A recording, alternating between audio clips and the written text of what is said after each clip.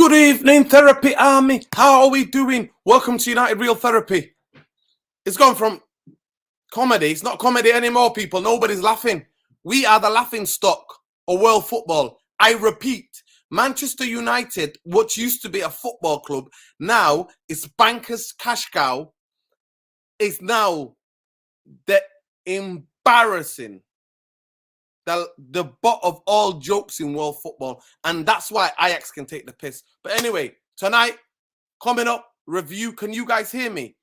I was having some issue with the audio before. Please let me know if you can hear me. Alicia, can you hear me? Can you hear me? Please let me know in the comments. Can you hear me? All right. Testing. 1, 2, 1, 2. Microphone check. Can you hear me all right? Loud and clear, she says. Loud and clear. Big up Alicia thinking over. We missed you in the last stream. You were called something Emma the other day. Yeah, big up James Bond. Big up to every one of you. Big up World Ordered. Big up James Bond. Welcome, James Bond. Welcome. We got a James Bond 007 himself. I wonder what he can tell us, eh? What he can tell us. Can he do a bit of espionage work? But big up. I know it's a late one, people. I know it's a late one. I've been just so busy. I can't stress it to you. I've been too busy, people. Busy times. But anyway, coming up on tonight's show, people. Coming up on tonight's show, obviously, we're going to preview. We're going to preview. Big up, Tom, for jumping on there, lad. I know it's a late one, Tom, but big up for jumping on. Appreciate you, lad. So tonight, we're going to preview the game. We're going to talk about Martial, Mr. A.K.A. Phil Jones's twin brother. I mean, that's how it is, isn't it? And then we're going to talk about the embarrassing saga with Antony, because Antony's tonight come out and give an interview to Fabrizio Romano, and he basically said he doesn't want to play for Ajax again. So now it's time to Man United to strike. If Man United were clever now, they would offer 35 million euros. You know why? Because Ajax will have to accept. He's gone public. He's put in a public transfer request, and he said he doesn't want to play for Ajax. So Man United now, it's time to drive the price down and stop embarrassing yourselves. But anyway, we'll come to that. Tom, how are you? What are you drinking tonight? What are you drinking in lovely Spain? Water, lads, waters. He's on the water. He's on the water. Alicia, Tom's on the water.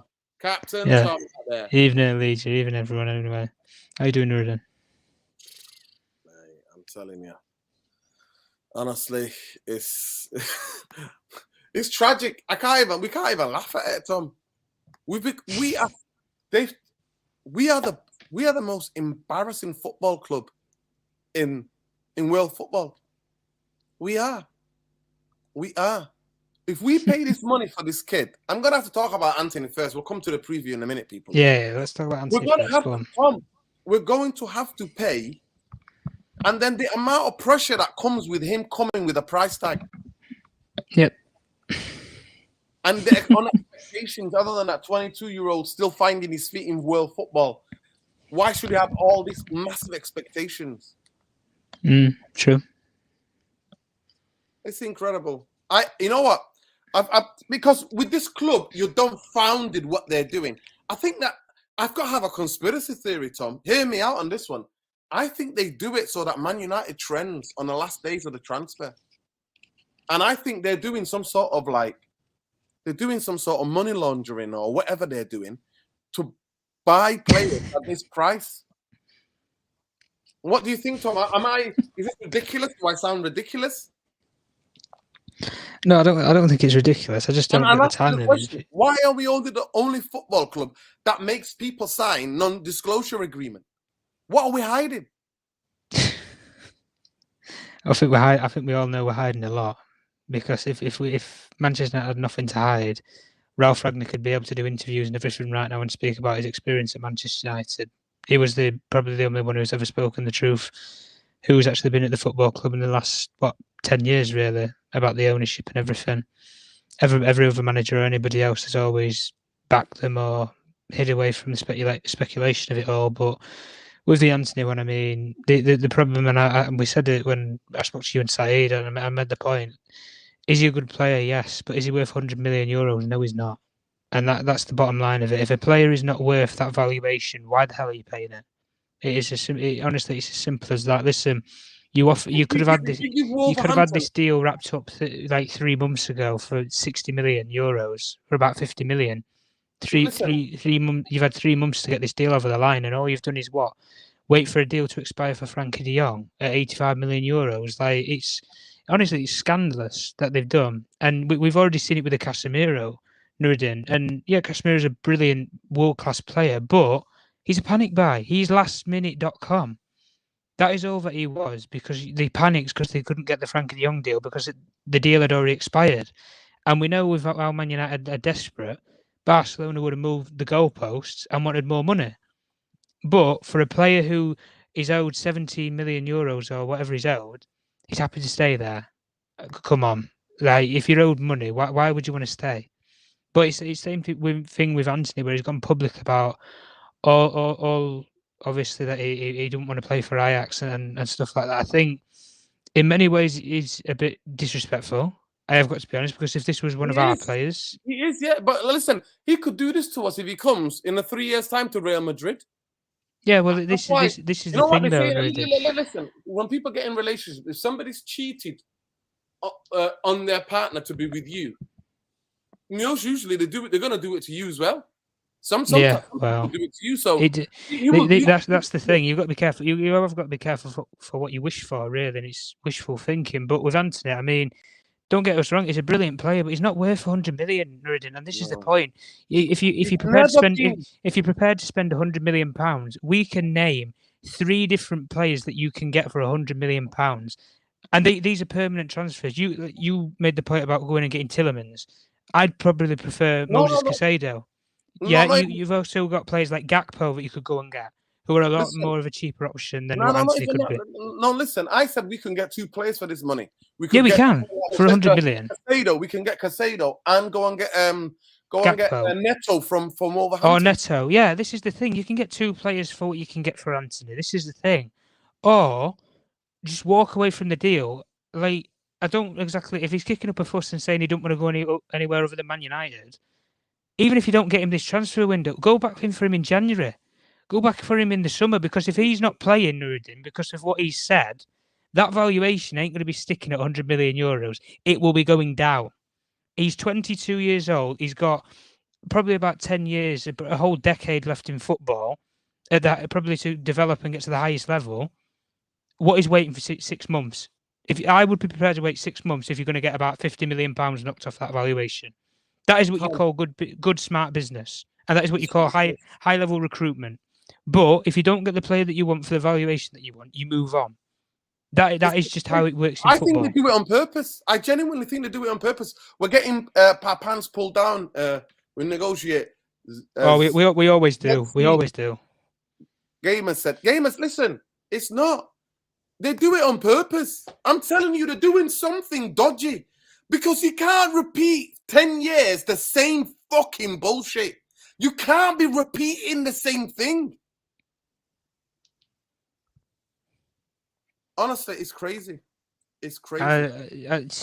The problem with it all, though, is when you put these high valuations on players, Nuruddin, it's scandalous. And Man United are the only club that would even dare to go near this sort of offer, because even Manchester City, PSG, even Newcastle, Nuruddin, if you're having to slap down 100 million pounds for a player who is not worth that valuation, they don't pay it.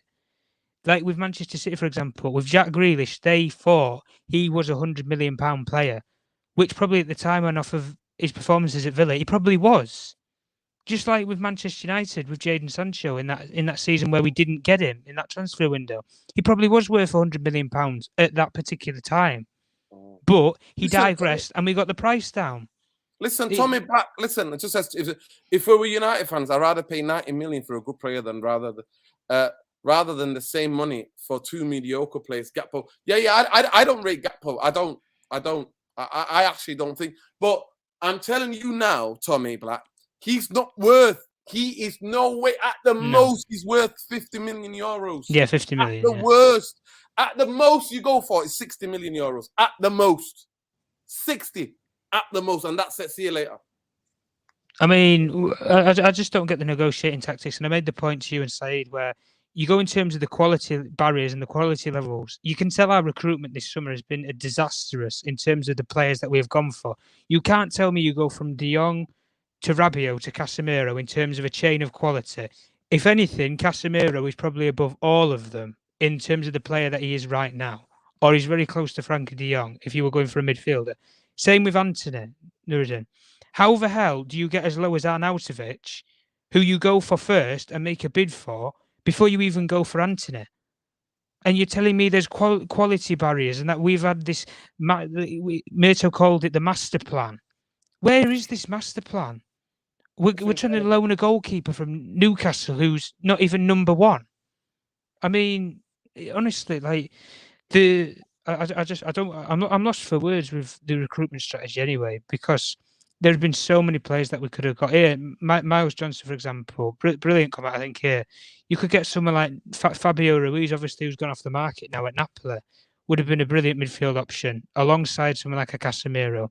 Neto, a lot of people are rating him and everything, but the problem now is these are players that you should have got 3-4 weeks ago if you were going to get them, because you would get a good deal for them. Now, at this point in time, you are just going to get absolutely rinsed. Tom, they do it on purpose. Of course they do. They're doing something dodgy where they're maximizing some sort of money. Well, it's revenues, isn't it? It's social media. It's deadline day. Everybody watches deadline day, don't they? It wouldn't surprise me if this deal, if the Antony deal, if we do end up getting him, it goes to deadline day. It honestly would not surprise me in the slightest.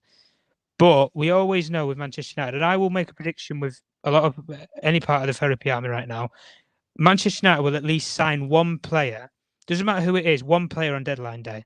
I would make that prediction, regardless of who it is. If it was a Dubravka, if it's a Antony kind of signing, if it's somebody that we've never even heard of, they will make a signing on deadline day, because what will it do?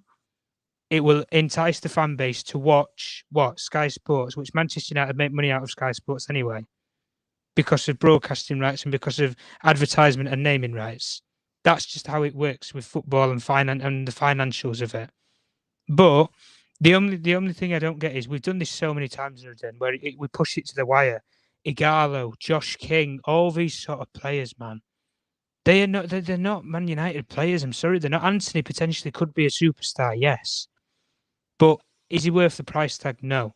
And this is the point that I will make to you, Nuruddin. Even if you don't get the player, Ten Hag talks about getting the right players. Antony is probably the right player, let's agree. Forget the price tag, he probably is the right player for us. But if you include the price tag into it, he's not worth 100 million. And if he's kicked up a fuss already and he potentially has to stay there for 6 months, train away from the squad or whatever, you get a cheaper deal in January, Nuruddin. Instead of paying 100 million euros, you can pay 50 million euros. You get probably about 40 million for the player, because if he's not playing, the valuation will drop. And yeah, it might not be brilliant because he might lose focus or fitness. But if you have a plan or you have an idea, you wouldn't even be in this situation anyway, because you'd have gone to plan B. If you can't get Antony, plan B might be Neto. It might be, it could be anybody. Could be Nani, could be, it could be any Manchester. It could be Wilfried Zaha for all we know. But if you don't get your first rated target, you always back the manager up with an alternative. And listen, Manchester City, for me, I think are one of the best clubs in the world that do this. Because when you look at the actual overall structure of that football club, Pep Guardiola was a massive admirer of Declan Rice. But they saw £100 million, or 150 million, as David Moyes put it, and thought, is he worth 150 million? No. So they got him an alternative, which was who? Calvin Phillips, who was a much cheaper option and probably a much youthfuler development option that you can use. And that is how you make business. With Manchester City, they've had the brilliantest window ever. Alvarez, Haaland and Phillips. And they've still not even barely spent a penny when you include net spend, Nuruddin, with the players that they've sold. That is how you do proper business and proper recruitment at a football club. But listen, this is how Manchester United are, unfortunately. But if Antony's kicked up a fuss and everything like that, I think we do what you said, Nuruddin. I think you probably you offer them a reasonable fee, probably roughly what we've offered him now. Maybe add another million or two on, and say, right, this is it. Your player doesn't want to stay at your football club. You take this offer now, or you don't get this offer again. And that is why you use names like Gakpo in the air, Nuruddin, because you can easily say to Ajax or Edwin van der Sar, you don't take this money now, you won't get this opportunity again. And if you don't get it again, right, we can go for Cody Gakpo, we can go for Carrasco, we can go for any other player in the world that we want. And we will get a better deal than what we are giving you right now. Because this is the best deal they will probably ever get for Antony, I think. Ever. Even if he turns into a superstar. Listen, Tom, it's incredible. It's absolute. I'm just astonished. I'm astonished that he's gone public and that he's basically said he don't want to play. And Windy Grant just asked the question in February when Antony said he told he wanted to leave. Who was the manager at Ajax? It was Eric Ten Hag. And what did the manager and director decide with Antony's request? They properly said to him, if somebody comes in for you in the summertime, you can go. Because that's all Ajax players go, Windy. Every season, they sell their top players. They sell their highest performing players. But he got injured, didn't he? So he was injured towards the end of last season. He missed the end of the season. And then he wasn't fit till the pre-season. Pre-season, yes. Correct. So I don't know what that... Listen, Alfo Chico is telling me don't rate Neto. Neto, at the moment, Neto's better than Antony, mate. I'm sorry, Alfo, but Neto's better than him. And I'm not paying. I don't care. This money that's the club's money. It's not the fucking Glazers' money. It's our money. It's what the club generated money. Yeah. You can't be wasting this money on this kid that putting incredible pressure on him to come to the Premier League. I think that's the biggest thing though, Nuruddin, as well, is the price tag. Because we know with the players that we've brought in the past, I look at a Casemiro, with the money that we paid for him, Nuruddin, he can deal with that pressure because he's a big time player, he's made it, he's won it all. Varane was the exact same, Ronaldo was the exact same when they signed. But I think the primary option that we look at, Nuruddin, and the primary example is Jadon Sancho. 1 minute, Tom, just hold it there. Yeah, Alfo Chico, so you want us to pay? So you want us to make another massive mistake other than learn from the mistakes? Is that what you want? Well, thank God you're in a glazer tit. You're in a glazer tit. They're doing something dodgy because they're doing it again and again. But I'm not here for that. One player ain't going to solve our season. No, one player does not make the team. One player doesn't. There are other players that you can buy. Neto, proven, track record, the best player for the past 2 seasons. Even when he was injured, he came back, bang, starts again. Yeah, I'd back that. It Wolves. In again. He goes back in straight away after that long-time injury, and then he's still banging on goals and being a huge threat. You get him for 60 million. You get him for 60 million before Liverpool go and play this. Well, let me ask you a question, Riz. Let me ask you a question. If you had to, you either let me ask you a question. You've just said about 60 million for Neto now. Would you get Neto now for 60 million, or would you be prepared to wait potentially 6 or 12 months and get Antony for 40 million or cheaper? No, I'll go and get Neto now. You'd go and get a solution now. Listen, it's not good to have positional guys. We need a direct winger. We need one of our wingers to be direct, and we need direct, because I'm telling you now, Ten Hag has realised he can't play tiki-taka football in the Premier League. He can't play that because he hasn't got the players. So we're going to need out wide players that can do bit by themselves as well. We already know with the signing of Casemiro, no way with Ten Hag sign Casemiro. We already know we're going to do mid-block.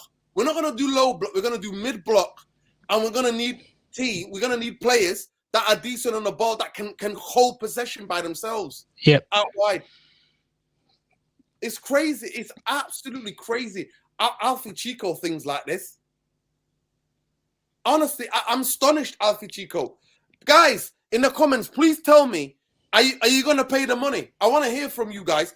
Let's hear a yes or no, yeah. After like on the video, I want you to all tell me, pay 90 million or 100 million euros or walk away. We need to walk away.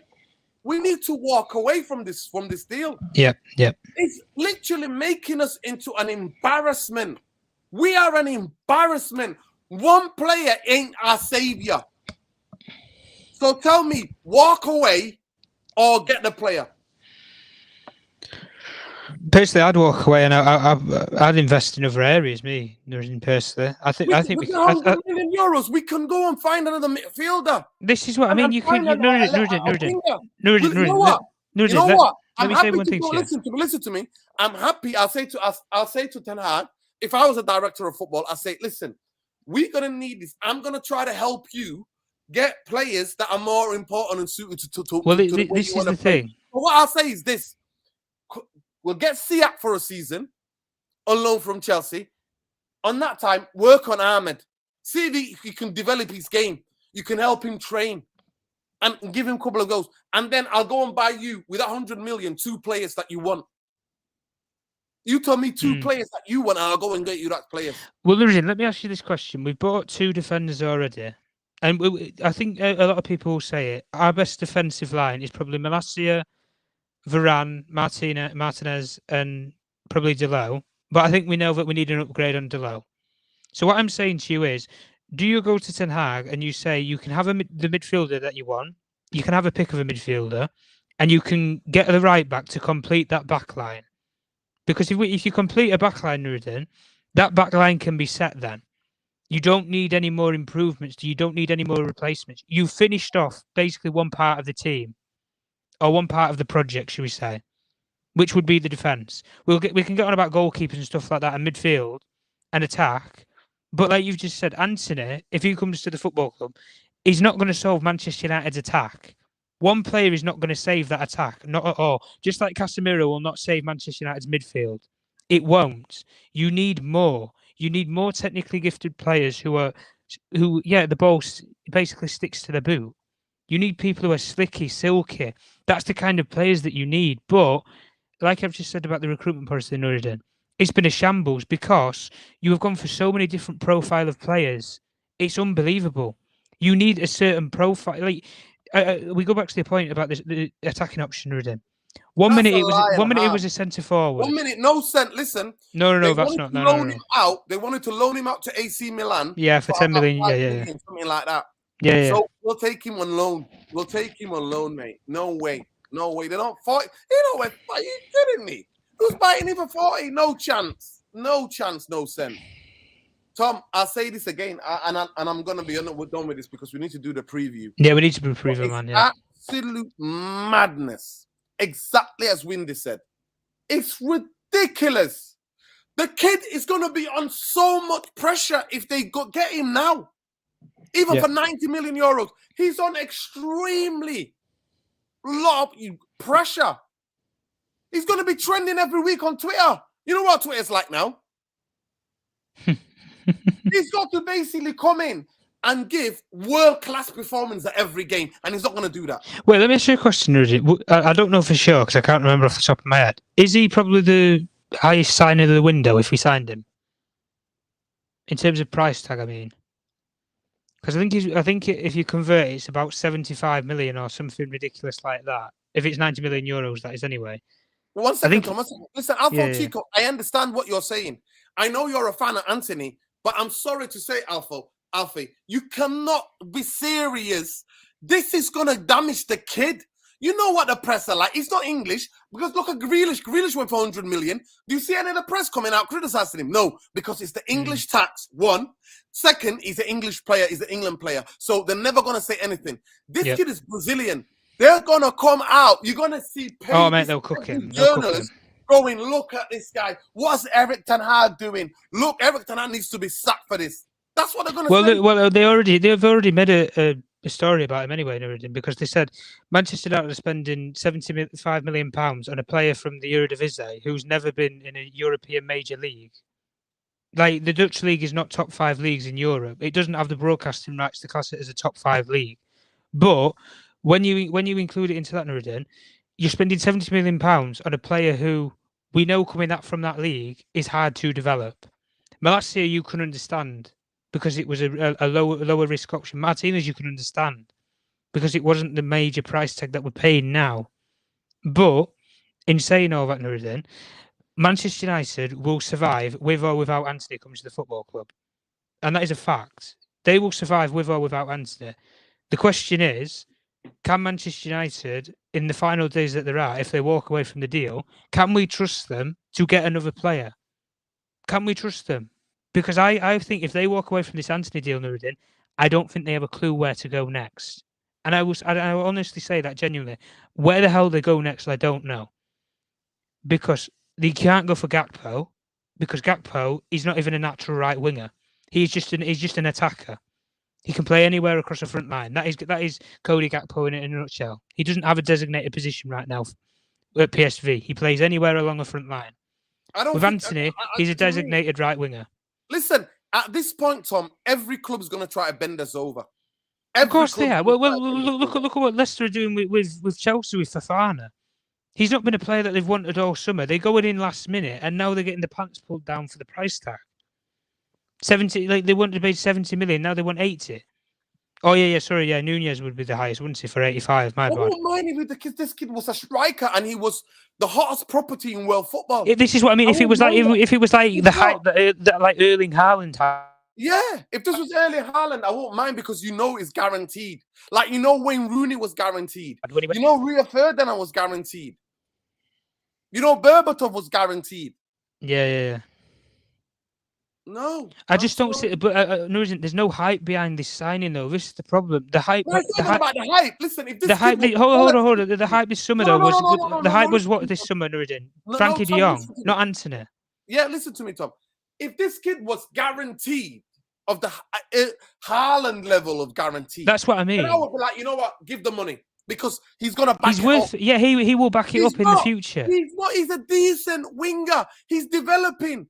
Listen. Tim Figgery. I listened to an interview with Tim Figgery, right? Yes. Figgery. I can't even bloody say his name. Yeah, South American football expert, right? Yes. South American football expert. The man has been based in Brazil for the last nearly 25 years. 25 years, yes. Yeah, he's a Tottenham fan from London, but he's based in Rio. He covers all Latin American football. He said, I watched this kid at Sao Paulo. I watched this kid play for Brazil on the 23s, the Olympics, right? Olympics, he said, Eric Ten Hag has improved this kid, give him positional discipline, made him to become like a player that makes decision making. His decision making is improved, but they don't even get that rowdy about him in Brazil. They're not. He said, it is not worth that money. He is not worth that money. He's not. So this idea is just, to me, is ludicrous. Yeah, but don't. We know Anthony Gordon is. Listen, Anthony Gordon is English tax, and we know every player has English tax. Yes. When you're English, you have English tax. We understand that. Yes, we understand that. Yes. Right? Maguire is worth 50 million at the most, right? We paid extra 30, and it was English tax. It was too much English tax. Yes. Right? Anthony is worth 40 million in today's thing, but that extra 20 million is the English tax. We understand that with English players, right? Yeah, because you pay for what you get. You pay Premier League proven players. That's just how it is, unfortunately, in the market that you operate in. But the point I was going to make, Nuruddin, was when you look at the priorities, right? Ten Hag's defensive priority, centre-back priority, was who? Timber. Not Martinez, Timber. And they bottled the deal. His main midfield target was who? Frankie de Jong. They bottled the deal and they scraped it around to go and get Casemiro. His main attacking target and his main attacking option was who? Either Sesko or Nunez. They bottled both of the deals and now they're scrambling around to try and get him Antony because it's a player that he knows and it's a player that he likes and who's kicking up a fuss and wants to leave and only goes to Manchester United. Because I'm telling you now, Nuruddin, if another club coming for Antony now and they offered Ajax the money that they wanted, if it was a Liverpool or a Manchester City, wherever, he would go to another football club. They can turn a player's head can be turned like that, Nuruddin, easily and simply. It happens all the time. And Nuruddin, the biggest thing is, right, they're scraping the barrel and they're scraping around this Antony deal, right? We might be left by the end of the window with no strikers. That's how laughable this is right now. No centre forward, no striking options at all. Because if Cristiano Ronaldo says he's going to tell the truth and leave the country and tell the truth about journalism in the UK and the media and how it works and how it's been speculating about him for the past 12 months, if he does this, Nuruddin, and he walks away, I don't know what's happened to Tom. Tom, are you there? Probably the Tom, people who run the football Tom, can club. you repeat that again? Because you cut out for a minute. Yeah. I was saying about with Ronaldo leaving the football club. If you leave, you don't have anybody there. Martial is too injury prone. I'm sorry, he's a good player when he's fully fit, but you don't have the facilities there. You don't have that player. So go for it. Listen, if they spent this 80 million on that Napoli, what's in it? Oh, Victor Osimhen. Oh no, it's rubbish. Rubbish rumor. Rubbish. Say that again? No truth in that rumor at all. No, I know that, but if they went and spent that money on that guy now, I think he's a young, talented, up and coming striker. I would have gone for the guy that Newcastle's just bought. Isak. Yeah. He's listen. At the end of the day, it's crazy. But anyway, let me just what Sammy Yassi saying. Yeah. Big up Zayn. Are you ready for the masterpiece tomorrow? You have wasted 150 million on players from the Dutch league who have not proved we are winning the Europa. Okay, we're winning the Europa. You know what? I'm not asking about the Europa. If you know me, then most United fans we fall out because that's a Mickey Mouse. That's a Mickey Mouse trophy. Zayn, wait till we get to January and you start bottling it like you always do. But Zayn, who you playing tomorrow? Who they playing tomorrow? Let us know who you playing tomorrow, Zayn. Yeah. Let us know who you playing tomorrow. Are you going to win the league, Zayn, as well? We want to hear that. Are you going to still? Yes, man. Come on. Are we winning the league? But yeah, let's preview after you get through comments, Jordan.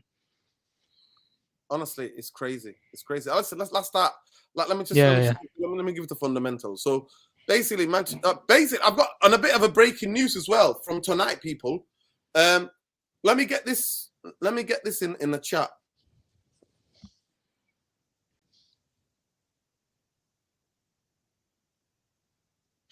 So this is Arsenal play Fulham, by the way, Jordan. Is that right? Arsenal are playing Fulham from what people are saying in the comments. Come on, what's his name? That guy, Matovic, whatever his name is. Mitrovic. Mitrovic. Say me, I see Mitrovic's gonna destroy you tomorrow. Wait, you when he wraps Saliba up in a taco and in a spliff. Yeah, no, it's not even a spliff anymore. It's tacos. Tacos. Guys, Eric Ten Hag. This is a quote from Eric Ten Hag tonight.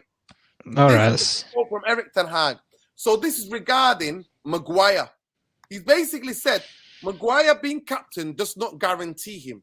He said, Manchester United Eric Ten Hag has praised immense Rafael Varane and says Maguire will not play just because he's captain. He said Maguire's going to be captain for the season, but he said that doesn't mean you're going to play. And that chat, I've just put it in the chat now. He basically says, I say it does not mean that you, when you are a captain, you are established to play always, especially not when you also have Varane in your squad.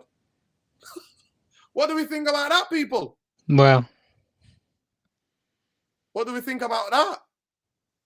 I mean, we've had this debate numerous times, haven't we, about captaincy and stuff. But to be fair, the thing, listen, personally, I don't want United to pay 200 million for Antony, but the question will be where that's what I've just said. Alpha.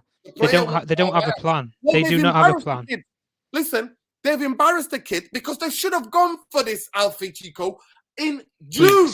It should have been the first signing even before Malacia. It should have been the first signing.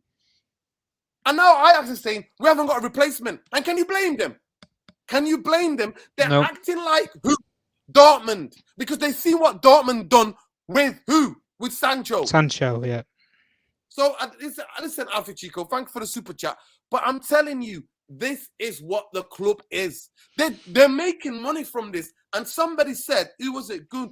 Let me just get this. Somebody said they must be making money from this. They are. I'm telling you now, they are. Listen, there's nearly 200 of you watching. Please smash a like on the video. There's no late night United chat and anywhere on YouTube. So this is the show, people. This is the show. I'm shattered. But I'm so incensed because Man United are making what used to be a football club the biggest embarrassment in all. Here you go. Goog once says here, De Jong, Antony have been the main targets. But he said something else. Goog said, whether Man United players, whether they're bad and good, they're in the news. And that's what it is. So I think they want us to lose. I'm telling you, at this moment, I'm just confused. I'm telling you guys, I need your help. I'm the one that needs the therapy. Let's get some therapists. telling you, I'm the one that needs the therapy. I'm the one that needs the therapy. I'm confused. Why would you want to do that to a young player? A reasonable club now, since he's given an interview, he's gone public in an interview, and he said, I wanted to go, and revealed the fact that he wanted to go in February. He told the club he wants to go in February. So now, man, you have to say 50 million or see you later. 50 million euros, see you later, or we walk away. Because Ajax can't try to integrate him back into the squad. They can't. No, yeah. He's blacklisted himself. Let's put it like this: he has as a player, he has blacklisted himself out of Ajax anyway. It's absolutely ridiculous. Irfan, I don't know if you're aware. Have you seen the breaking news? Ajax have rejected 90 million euros for Antony. Antony then goes and gives the interview to Fabrizio Romano, saying he does not want to play. He's already been on strike, right? He's not turned up for training or for the matches, and he's literally just said, I don't want to play for Ajax. They need to let me go. Man United, clever. Listen, the guy's not worth 50 million euros. He's not worth 50 million. We've said this. I don't get it. I don't get it. I absolutely don't get it. I don't get how we're in a position where they're trying to get this guy, sign this guy for 90 million. It's absurd. And just when you think the comedy at United doesn't stop, it continues. The show is not going out of this. Sheer madness. It's not comedy. It's not comedy. It's sheer madness. I'm telling you, they're doing some sort. I'm telling you, I'm full out conspiracy theorist now. Man United Football Club with the Glazers and the bankers are doing some sort of fraud to be doing this again for 10 years. No, but Nuruddin, like I've been listening because I just come back from the gig, yeah, and I was listening to you and Tom on. I was driving here. I was listening to you guys because you're trying to break it down, and I was so confused, thinking, are they serious? You know, and then to be honest with you, you know, I've been watching this whole saga with Antony, but I'm trying to work out who the hell is this John Murtaugh and Richard? What is in their brain? I cannot for the life of me understand. Irfan, I told people on here, I told everybody, Richard Arnold is a snake that was sat there when his best friend Woodward was in charge. He was sat next to him in the board meetings, and he knew every detail of what's going on with Man United, right?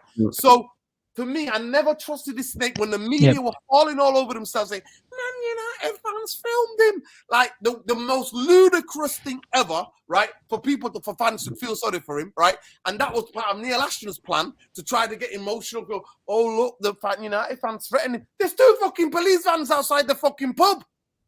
His communication department told him what to wear. He already spoke to Joe Glazer about what to say.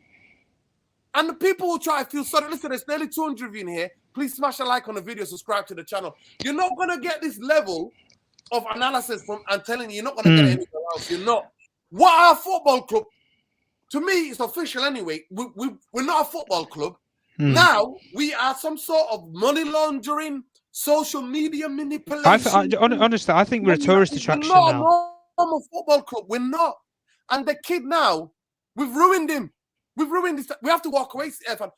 I told people, if he comes, he's going to betray every match he starts, every bad touch he makes, every bad thing, every time he gets tackled, he's going to be trending on Twitter. Well, Nuruddin, I have to correct one thing you said because... And listen to me, every newspaper and every sports journal is going to be saying, Eric Ten Hag needs to be sacked for signing this guy for 100 million. Because he's no. Listen, that's how it could really badly backfire if they do go for it. But look, you know, you mentioned this price, and you said, you know, you talked about English tax. There's no English tax with this guy.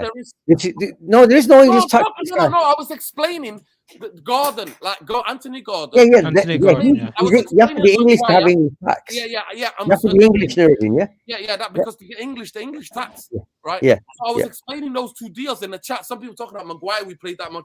Maguire's English tax. Gordon's English tax. Rice is English tax. Listen, Antony's not English tax, though. Antony's not. No. I didn't say Antony. I said Gordon. Antony Gordon. Yeah. You said, all right. Yeah, all right. I thought you meant Antony was, right? Yeah, Antony Gordon. Antony Gordon Maguire should have been 50 million at most with the English tax. At the most, you should have paid 60. At the most, that's it, right? Mm. That's it. Because City pays for Stones, how much? 50 million. Right? Yeah, but their buying policy makes us look like amateurs. We're total amateurs. No, but Irfan, they didn't get everything right. They paid for him, right? And Grealish, that 100 million, and I said Grealish because English tax, but Grealish because City are winning. Nobody talks about him. Plus, no, in my opinion, the guy's a flop. He's a flop so far. He's a flop. British media protection racket. When you're a British footballer, the media will always protect you when you're English. Nuruddin, we could do a whole show on the British values and how British sees everything. We don't even need to go that because it'll scare a lot of the viewers away if we talk honestly about how it is. Look, the bottom line is, right, you know the score. And you know what? I don't agree. I'm not going to lie to you. Listen, I don't agree that much with saying Yassi, right? Some of the things, but I'm telling you, just if this was Jesus, I would have paid 60, 70 for Jesus because we need a striker. A guy that's going to stay fit. Oh my God. The two rascals. No, but Nuruddin, you haven't told me though. I asked you a question, Nuruddin, about explain to me who John Murtaugh's experience and explain to me as a football director. He's a tour guide. He is a tour guide. He's been on holiday all summer. That's all he's been. Which other team has he been a football director for? No, Everton. He used to be a director at Everton. That's all. Was he a football director? No, he wasn't a football director. He was a chief operator of manufacturing at Everton. Development. What was that? Say that again, Tom. He was what? Chief operator of manufacturing and development at Everton. So, do we know what that role entails? But it basically means like developing and re-emerging the training ground, the stadium, that kind of thing. But he's an infrastructure guy. He's an infrastructure guy. Let me come in. He's a guy who's worked at the Premier League and FA.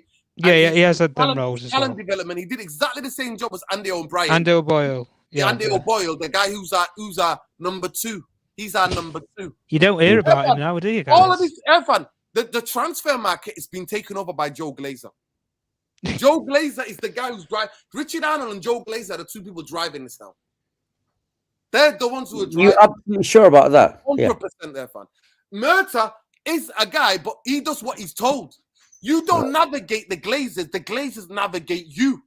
That's how he works. Mm-hmm. I can believe that. That's fully believable, yeah. Listen, guys, smash a like on the video. Same Yasser says, say Maxwell is better than Grealish and Sancho. Arsenal should get him. Say Maximum is really injury prone. He's very injury prone. And he's not a team player at most because he just likes to keep the ball. At times, people are in better position. He looks down too much. Yeah, but he gets the jollies going on there. He gets the jollies. I watched the guy. Trust me. His injury record is disturbing, right? Especially when they were struggling. His injury record is same as the striker they've got. That's why they've signed another striker now. Wilson has the maximum injury records are horrendous. And when he's got the ball, he looks down too much. He doesn't look up and pass the ball. You need guys who can pass the ball. He looks and he's too much like I want to take on the whole team. Let me ask you a question then. How do you see it realistically? Neto, if Man United had anything, Neto is the guy that should have bought 2 years ago. No, I know, and you've been saying for 2 years, but I'm saying we're not intelligent enough to pick guys like Neto. Look at us. We didn't have a plan B for any of these players that we bought. We had no plan B. I'm telling you now, I'm at a loss with words what Man United are doing. They must be doing some sort of fraud to get money for acting like this. There must be. No, but can you explain to me how did he get to this price that I was asking for? How did he get to this price? Because of the lateness of it, Irfan. That's probably why. Basically, the same. We're that desperate that they can hike it up. Yeah. Well, Irfan, who was the main priority target this summer? It wasn't Antony. It was Frankie. To be honest. See, let me just correct this, Stephen Kramer. I want you to go and check. Right? Don't please, bro. Don't let me cook you on here. Do not make that statement without knowing the facts. Neto, his injury record is nowhere near as the maximum. Neto had a massive serious injury that took him out for 8 to 9 months. That is one injury that took him for a long time. Say Maximum, when in the last couple of seasons, when especially Newcastle was struggling, that guy was always injured, getting subbed off in games where they needed points, and he was getting taken out the team because he was injured. I've got friends of mine who are really close friends of mine who are diehard Newcastle fans.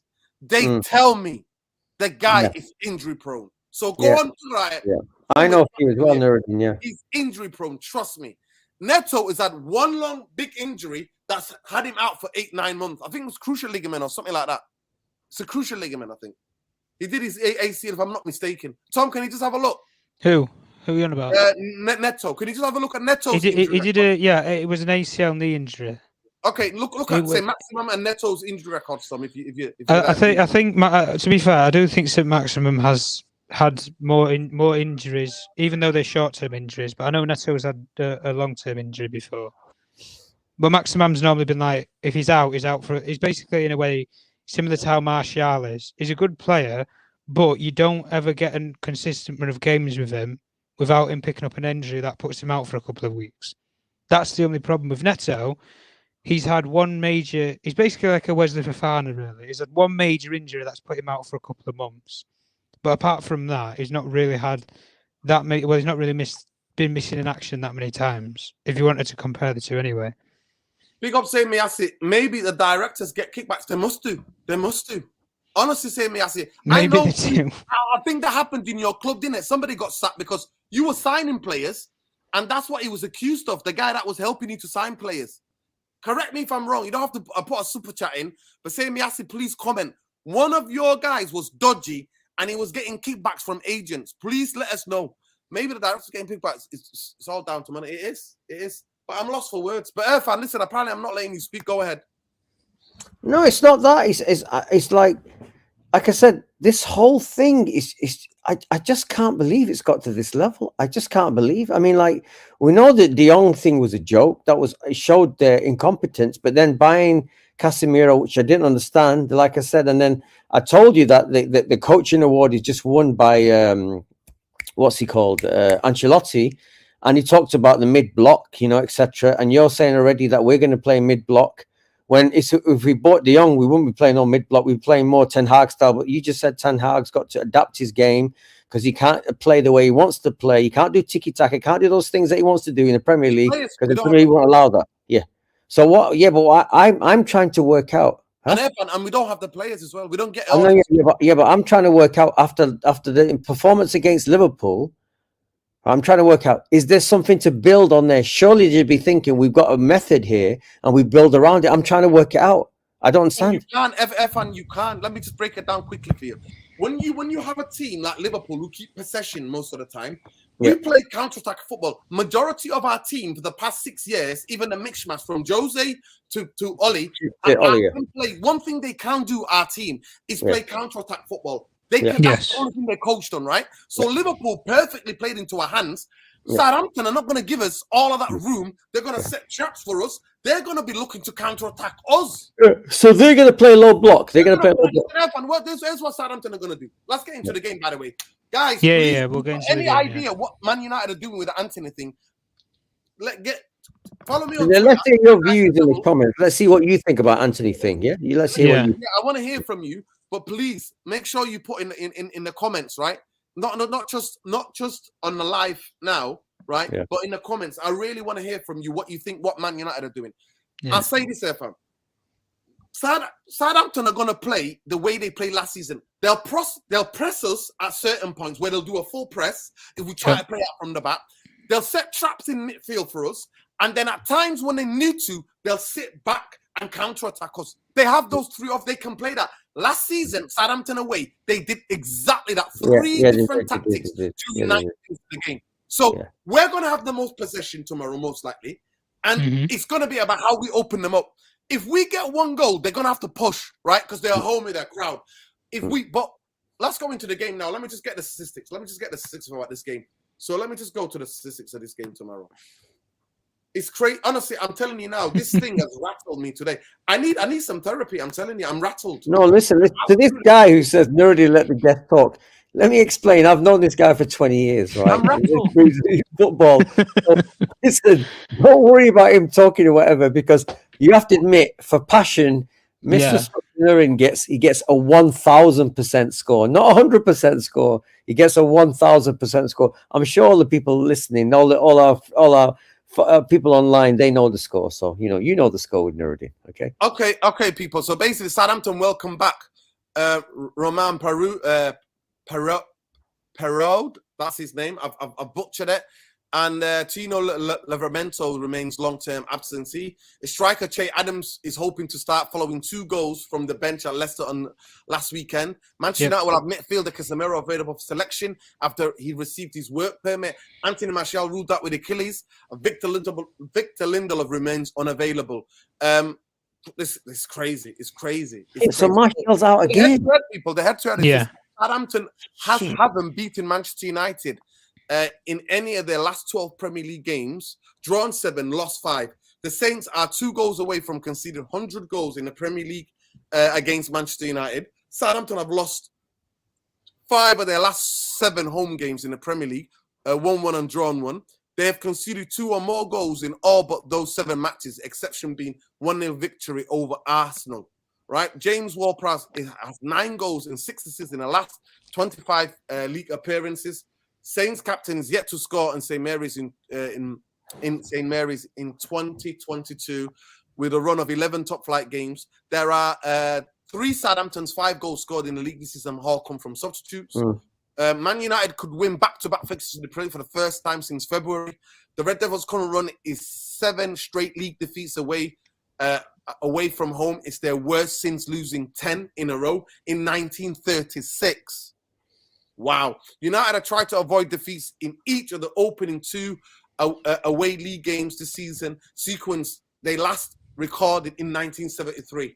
Marcus Rashford hasn't scored in a Premier League goal away from home when starting a match since doing it so against Leicester on Boxing Day 2020. So, guys, I say this and I say it simple, and I'll let these 2 come in. Our record, Southampton, even when we're winning titles, Southampton have always been our bogey team. They smashed and they blame the grey kit, right? They've always given us game over there. Majority of the game is always usually a draw. In the past couple of years, we've drawn there, or we win or they win, right? But it's mad. It's a mad game. It's not a game that nobody can predict. And the most likely, if Man United turn up with aggression and a fight, because that's one thing they're going to do. He plays heavy metal football like Klopp used to. Klopp, Liverpool have changed. Liverpool play with the 2 fullbacks and Thiago. That's how they build up. That's why they struggled against United to create anything, because the 2 fullbacks are not on form and Thiago's injured. But what they do is that they will press you and they're a very fit team. But what happens to Southampton? I'll tell you this. If Man United will go 2-0 up, they lose their heads and they always get heavily defeated. So they either win or draw and fight, or when they lose badly. Because the game plan, because they're not the quality, they will go crazy in the way they try to get back in the game, especially at home, right? So it's going to be very interesting tomorrow. But if Man United are not ready for the fight, forget the football game first. It's about the battle, the 50-50s. The physicality, on the ball and target Martinez tomorrow. Che Adams is really good at holding the ball up. He's really good at bringing people into play. He's good at running behind. So they've signed so many players this season. They've let go of some, but they've signed so many players, and all of them and their agents are waiting to grab Man United and put themselves on the shop window in the next season or in January for people to go, look what that player did to Man United. So I'm telling you now, tomorrow's game, they're going to come at us. And I hope Eric Ten Hag and those players know that they have to fight first. It's not a game of quality. It's going to be a fight first. But I'll let Irfan come in what he thinks about the game. Well, I mean, I don't know much about Southampton, but I've obviously watched all those games when Van Dijk and Mane used to do the business against us or whatever. You know, just Mane, I remember they've always done it. Ward-Prowse used to do the business against us, a lot of them. But I don't know much about where they are at the moment. But all I'm saying to you from a United perspective is forget about even like, United sort of quality. Yeah. The question is, can they bring that drive and energy that they brought Liverpool? Can they just provide that type of energy the whole game? That's the question. I personally don't think they're capable of doing it for 2 games. I personally don't, because like you call them bottle job FC, I can't see it. But that's the question. Every neutral, every pundit, everyone's thinking is, can they bring that level of hunger? Never mind what the result is for 2 games on the trot. And I've been thinking about it all day, but I just don't know what to say. Now that you're telling me that Martial's injured, what the hell is going on? We need this guy. We need someone to hold the ball up top. We need it. So I just... Irfan, let me just tell. So most likely the team they're gonna go with tomorrow is McCarthy, Walker Peters. He's been on fire. They've got this guy called Lenko, who's a centre half, and they got that Stevens. He scored before against us. They got the absolute most reliable midfielder destroyer, Ramu, right in midfield, Warcrust, and then they've got that guy Arabio, right. Then Armstrong is the guy that they signed, I think, from Blackburn, I think it is. They got Adams, they got Armstrong and Adams, and Redmond, and that Caballero, and that Perode. That's who they got. So they've got. What's the guy in midfield called again? What's his name? Romeo. Romeo. Romeo. Yeah, I think he's their best player. I think he's their best player. Very physical. Yeah.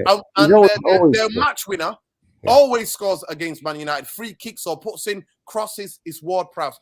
I said Ward-Prowse is better than Fred and McTominay put together in terms of being on the ball, and I would have got him. He's a massive upgrade to those two.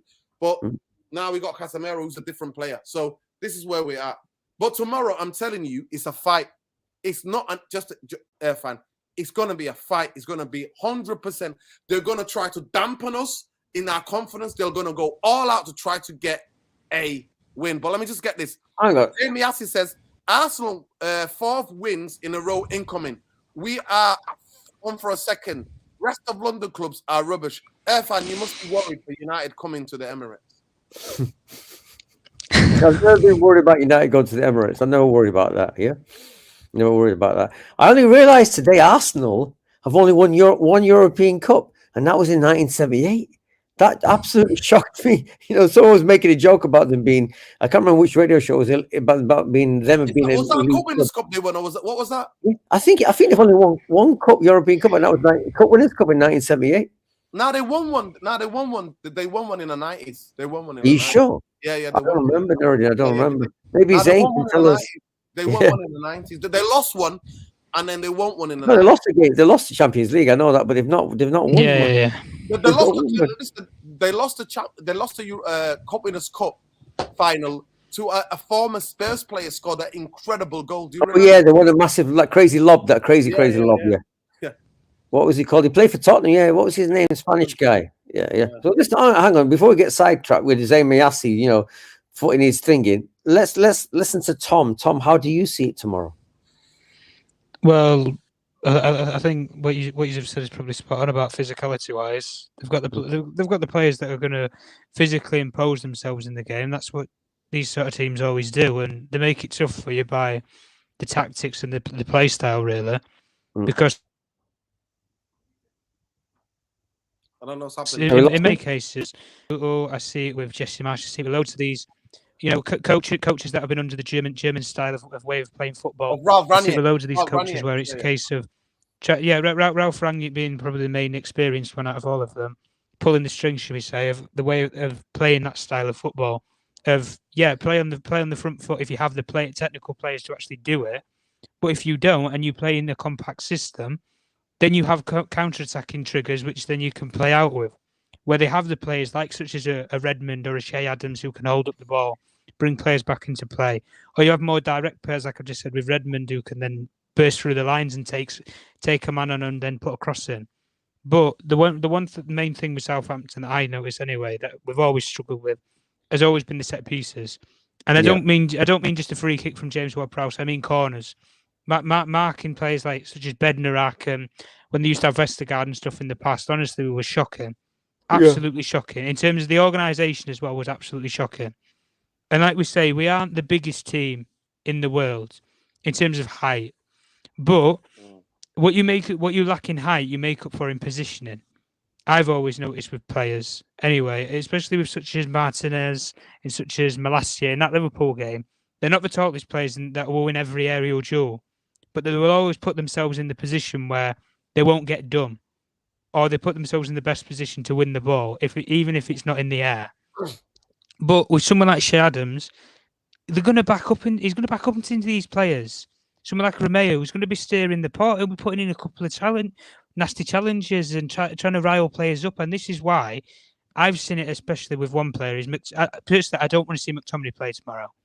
I'll be very honest, because the temper. I think if you get in his head, there's just a switch that you can't switch off in that player. And I think if he goes into a challenge and he loses it, he gets sent off.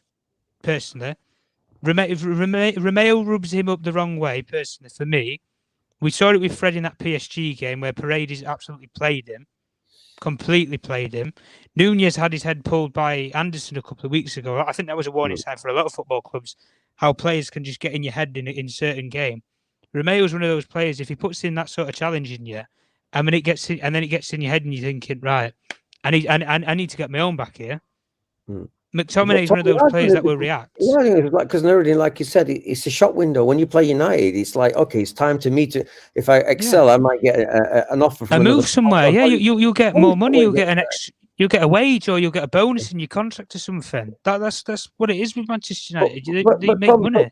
Yeah, but what about us tomorrow? Are we going to show the same fight and desire against, like we Liverpool? I would like, honestly, Irfan, I would like to think so. But the only thing I would take from it is those players show that they can do it. We've seen for 12 months where people were doubting if they could do it. We knew they could do it for 30 minutes because we saw it against Palace. They can work hard and they can put effort in last season with Ralph Rangnick and actually press teams. We saw it for 30 minutes. So we knew that they could do it for some part of the game. But we did it for, I would say, majority 60 minutes against Liverpool. And then we dropped off because we're 2-0 up, which I can understand as to why. But you've gone from 30 to 60. Now I want to see 90 minutes. I want to see a full game going at it with a team. And I think Southampton, personally, are probably a team that you can press and that you can do that against. But the only thing is, if we're going to have the ball and we're going to control the game, we need somebody who's going to put that magic ball through for a player who, ideally, I would have said we would have played Martial if he was fit tomorrow. Because Ronaldo, he ain't. I don't think this is the game for him. I'll be very honest with you. I don't like playing target man and stuff like that. Tom, can you just hold it there, please? Let me just get these super chats. Yeah, go. Ronaldo Jacob, I'll come back to you in a minute. Saying, stop using your mum. Listen, please don't insult him. Don't tell him about his mum's credit card. It's his own money. Credit card to dumb super. He's not a dumb super chat. This is how it is. He's backing his club. One thing about saying Miasi, he's consistent. He always backs his club. Fair to say that they're all good start, but you all are one or two injury away from the things going bad for you. And I said I agree with you on that one. If they get 2 injuries, yeah, like if the Jesus gets injured, they're done. They're done out here. Say Miasi says here. Ronald rattled by Arsenal, Saskia Martinelli, Jesus, Odegaard. Once they click, he goes back these players. We gotta say, he's free entertainment all day long. He's Zane, free entertainment. Zane, what is Saka? Jesus get injured? What? Yeah, I agree with you here. Who have you got in those positions? In Ketia, I'm sorry, but Zane, but good that your team is doing well. But remember 8-2, yeah. 8-2. Who remembers? Who doesn't forget 8-2? I walked back from that day. That day, I walked back from the game, and I still knew our midfield were not good enough because that was Arsenal's B team and youngsters, and that young kid Jenkins got sent off. I'll never forget that game. Listen, go ahead, Tom. Carry on. Sorry. No. I was saying, like I say, with the physicality of the game and everything. And look, we need to have a hunger. We need to have a desire. These players we've seen that they can do it in a game at the highest level. That was in a derby game, and that there was a rivalry behind it. Now we need to see it where there isn't a rivalry behind it, but there is a meaning behind it. And that is, if you want to be ambitious and you want to go on this journey with a new manager, you've got to work hard. He demands you to work hard, and if you don't work hard and you don't, want to progress with the standards. He doesn't keep you. I'm sorry, he doesn't. If you want to look at his track record at Ajax, he went into the Ajax team. Those players were not working hard at all. He left that building with a hard-working team that would die for him and run through brick walls for him. Why do you think so many players would be happy to leave Ajax and come and rejoin him? Why would that be? Why would so many of these ex-players that he's had, when Frankie, if you ask Frankie de Jong potentially at some point in time, even if it wasn't to happen, would you ever work with Erik Ten Hag again? I'm sure he would probably say yes. Same with Matthias Delic, same with Ziyech, same with loads of the players, even that are there now. Timber, Antony. Why do all these players still want to come and work for him? Because they know he's onto something good. He was onto something good at Ajax and he achieved all he could there. And now he wants to do the same with Man United. And games like Southampton will prove if he can cut it in this league or not. Well, Yeah, but don't you mean if he can, energize them to be on what I'll call battle mode again tomorrow? This is the thing. This is the thing, though. I always associate with coaches where, they have their wise words that get players interested, but also players shouldn't need to be motivated for a football game. In my opinion, that's just my opinion. Anyway, I don't think they. I don't think they should be motivated. You can't say that about United. You cannot say that about United. But this is the thing, though. We've been brought up with players that would die for Manchester United Football Club. Some of these players, all they've written this football club for is paychecks. I'm sorry, that some of these players, that is all they're here for is paychecks and social media ratings. Yeah, we've had 10 years of that. We've had 9-10 years of paycheck play. This is the problem. But Casemiro, I'm sorry, he's not he's a paycheck player. He's coming in here for the major 4 or 5 year contract that's going to earn him £400,000 a week, and it's going to safely give his ancestors in generations of times a living. That is why he is coming here. You don't leave Real Madrid or Bayern Munich, in my opinion. Those two football clubs, they don't let you go unless you're past your best. We've just not learned it with what happened with Varane. That's just my opinion. But if you're going to play the game tomorrow and everything, I want to probably see same back line that we saw against Liverpool for me. De Gea, I'm probably going to have to stick in net as well. I would start Casemiro personally, to be honest. I don't really see, like I said, I've made my opinion about McTominay. I'd put him next to probably Eriksen and Fernandes, and front three, I'd probably say, well, you're going to have to go Ronaldo, aren't you? Really, you haven't really got anybody else to play striker. Ronaldo, Rashford, and Sancho probably for me. Nuruddin, are you with us? You're muted. You're muted. Yeah, you're muted, man. You're muted. Mute Nuruddin. Because I'm just trying to look for anything about Antony, anything that's lately breaking tonight. We don't have our usual. He's probably having a good night out wherever he is. Say, what's his name? Khalees, yeah, coming in from Marine last. He's probably out. Ronald, you lost to a pub team in Brentford. Hard to play stick-attack football like Barca. When they click, you rely on the counter-attack, that's all. Listen, Dane, I actually don't wish our owners on your club. I'll say this much. I don't wish it on any other football club. Our owners have embarrassed us. And if Arsenal fans, Chelsea fans, if Liverpool fans, if Man City fans come up with worse plan to destroy Manchester United, they couldn't come up with a better plan than the Glazers. They could not. No. Not football. No one could. There's not one better one out there. No one exists. That's it. By the way, Zane, here's why I disagree with you. I really want you to go and watch a documentary or read about Brentford. Brentford are incredibly well-run football. They use analytics to scout players. They use which was first started in it all started first when I first heard about analytics. It started in Scandinavia, and they took the Scandinavian model. The way they sell players, the way they've built the stadium. This club was literally gone out of business almost. They went bankrupt, and they've come back, and now they're in the Premier League, and they'll give anybody a game. If I'm not mistaken, say Miasi, did they not smash your boys last season as well at the beginning of the season? I think they did. Did he not play them in the first game of the season last season? Say Miasi, if I'm not mistaken. Were they a pub team then when they smashed you? When Ben White got bullied by Ivan Toney, if I'm not mistaken.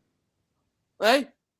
I'm going to Nuruddin. Tom's picked his team. You pick your team. You pick your team. Go ahead. Tomorrow, because we got to stick to the plan. It's a show that we know. He needs to have a beginning, middle, and end. Well, let's go to it. Let's go to the team. Well, Tom's giving you his. He's got Ronaldo in for Martial. I'm going to show you my team now. I would personally play Martial, but obviously he's not available.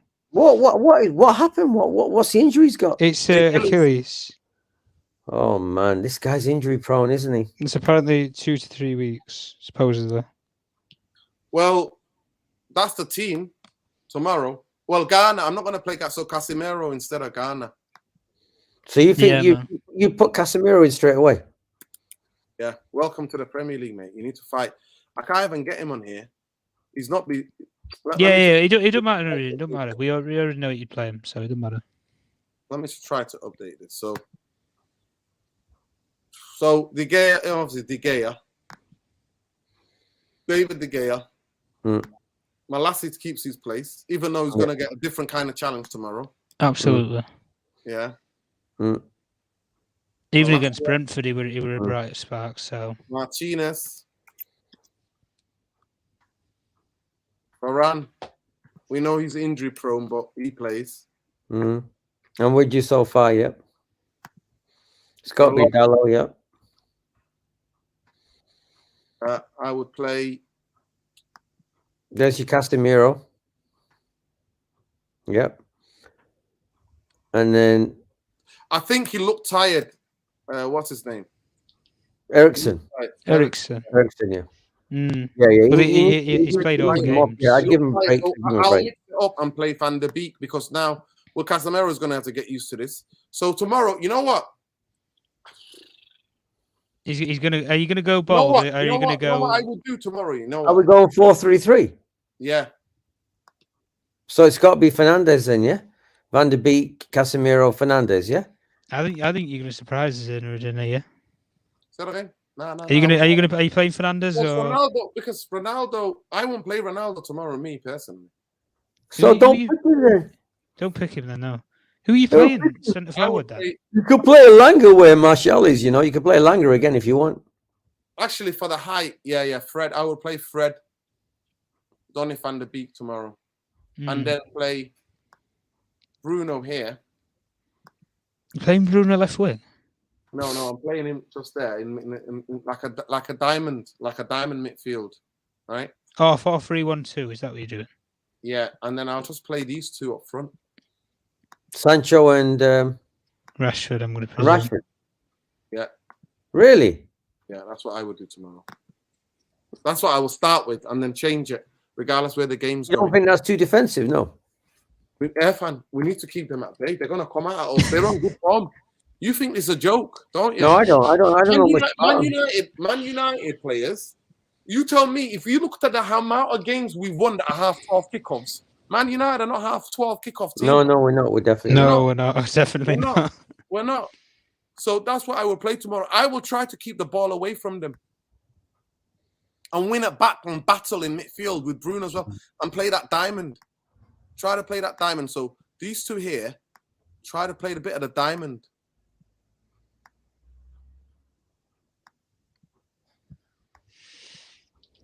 That's what I would try to do. Sorry, Donny here, Fred out here.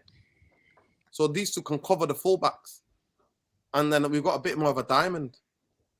That's what I will try to do tomorrow, me. Well, you could play Casemiro a bit deeper and then put him out wide, put Van der Beek out wide. And that makes a diamond, doesn't it? Yeah. So swap these two. That's what I'll try to do tomorrow, me.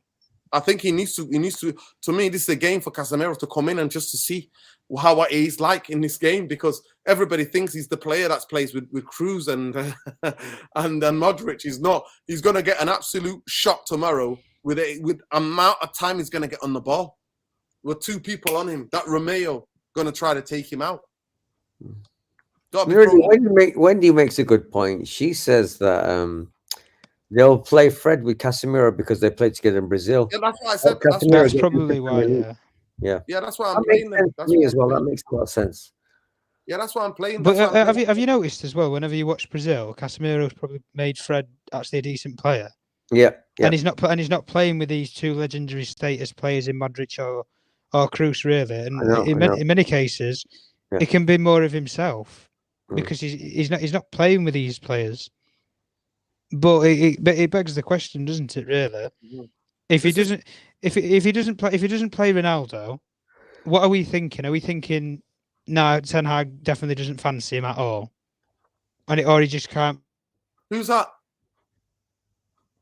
What player are you talking about, Tom? I don't know what's happened to Tom, but listen, sir, let me get this saying. I think he's talking about Ronaldo already. I think he's talking about Ronaldo. You keep cutting out, Tom. You keep cutting out because repeat. I was on about Ronaldo. I was on about Ronaldo. Yeah. I think Ronaldo's going. I think he's going. Let me just get this. Yeah, but I mean, if he doesn't get picked tomorrow, do we think that's a statement of he's definitely done. Or the manager just doesn't fancy him. Yeah. Because listen, say Miasi says Ronaldo is your top scorer. Why wouldn't you play him? He can play against any team. How can you have Rashford over Ronaldo? Yeah. Rashford over Ronaldo. Listen, because we're gonna need to fight tomorrow. Ronaldo hasn't got the legs to fight. Tomorrow's game, the atmosphere, their fans are waiting for us. The crowd, they're going to try and make it into a fight. An atmosphere is going to be high octane. And in those games, Ronaldo gets isolated and we're just a passenger we have to carry. So Ronaldo can come on. Once we beat them up in the battle and then we're on top, Ronaldo can come and get in the box and we can get balls into him. But I'm not starting Ronaldo tomorrow. I'm not. If the start is going to be vital. Man United with this team have to try. Every player there has to fight. There's no passengers on there. We can't. Sancho has to fight. Rashford has to fight. Bruno has to fight. Everybody has to fight tomorrow because you can't carry any passengers. They're coming for us. They've started the season well. They've signed so many players who are going to try to look to make the name for themselves in the Premier League. So wait a second, Jordan. If Casemiro plays with Fred, what's the team lineup going to be then? Who's going to Van der Beek then? Yeah, Antony Van der Beek, because Bruno and Donny can exchange each other, right, to go forward and help the strike force. But don't you think it's likely that Casemiro is going to play and Fred's going to play if they play? Don't you think there's a chance because there's no chance so well? But listen, for height, I think to most likely Scott McTominay might start with Casemiro for height. Yeah, for height. So should we go with what you think Ten Hag's team's going to pick? Should we do one of those? Yeah, we can do. Yeah. If Ten Hag's team, the back four will be the same. Yeah. Back four will be the same. Let me just get to it. Right. Let me just get to it. So the back four will be the same. It would be Casemiro, and it wouldn't be Fred. It would be Eriksen. He likes starting Eriksen. But don't you think we said that Eriksen? So is this what you think he's going to go with? He's not going to play Fred and Casemiro. So I don't think he might not play Fred and Casemiro. I think he's going to play McTominay because for the height. No. Because he's mentioned him twice, saying he's played fantastically. This is about what you think he's going to do, what Ten Hag's going to do. And then I think he might play these three up front. I think we might start Ronaldo. Do you know what? Right? Do we think he might play Fernandes as false nine? Potentially. No. I don't think he'll do that. You don't think he'll do? You think he would put off with that with Brighton? Listen, Rashford might try to play through the middle with the pace. If they step up, Rashford might be able to play through the middle. Well, if that's the case, Nuruddin, I'd put Eriksen. I think he might put Eriksen out wide right then. And then drop Fernandes deeper. Yeah. That he might do that. I think Scott McTominay is going to play tomorrow because the way he's been talking about it in the press conference. Oh yeah. Well, he's the next Roy Keane into, guys. Put it that way. So wait a second. What I missed that. So has he been bigging him up? Has Ten Hag been bigging? Well, he said that he had a special game against Liverpool. Listen, I didn't really see what he did, to be honest. I don't think he had a special game. I think he had an average game. Average. Yeah, he gave a hospital pass that nearly got Varane sent off. Any other time, could have been sent off. That was a rugby tackle that you talked about, Irfan. I know. Well, yeah. He just hasn't got. He just doesn't look like a modern player to me. I don't. He reminds me of Alex, do you know anything that we don't know? Alex, let us know if you know anything. If he's injured, I don't know if he's injured. But no, I don't think he's injured. No. Ronaldo might start as well. He might start Ronaldo. To be fair, if Martial's injured, you're most likely gonna start Ronaldo. Yeah, man. Yeah. Well, let's see. I want to see Garnacho get 10 minutes, 5-10 minutes here and there. I want to get him in the team a lot more. Well, if we're winning tomorrow, he might do that substitutions late. Yeah, he's got the 5 subs rule, hasn't he? So yeah, there's always a chance. But okay, so we've been through it. Then we've been through what he thinks. Let's do it quickly because we're over 1 hour and 20 minutes. Give me your predicted score. Oh, my predicted score tomorrow. I think it's going to be a draw, me personally. A score draw. Because I was so negative against Liverpool and said we get beat 3-0, and I was wrong. No, that was you. Everybody thought that. Well, I'm gonna go with United winning 2-1. Okay. Tom? 3-0. To United? Yeah, of course. Why? You've not been drinking beer. You're not been drinking water. No, I was going to say 3-1, but I was cautious and said 2-1. You've been on that. I'm sorry, you've been on that. This is a tougher Nah, game. man. I don't. The only reason how I can see Southampton scoring is set players. But if we have the right game plan defensively, Listen, that Adam, he's on fire. He scored 2 in 2 games. listen. Salah's been the next best thing since sliced bread. Malacia rolled him up in his spliff against Liverpool. Yeah, but Nuruddin, I'm hoping that Martinez because because remember, we haven't talked about where United are going to have a confidence boost of beating Liverpool. I'm hoping that Martinez has an even better game. Bottle jobs. I'm sorry to say, Martinez is not a bottle job, Nuruddin. Martinez is not bottle job. It's the rest of the teams, not just we haven't got 11 Martinez here, fan. Wake up. Yeah, but I'm saying, yeah. But 11 Martinez, I'll be confident.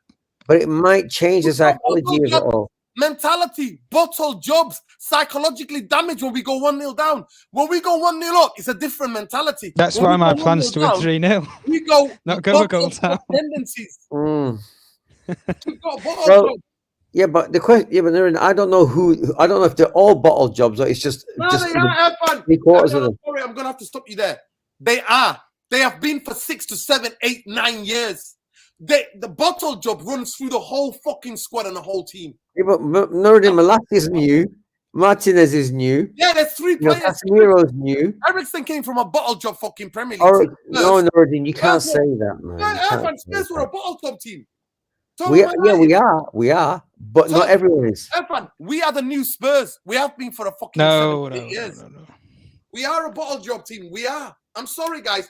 I'm really genuinely sorry. Manchester United, no other description I've ever given my own team sticks more than a bottle job. I think the 3 years, psychologically, bottle jobs.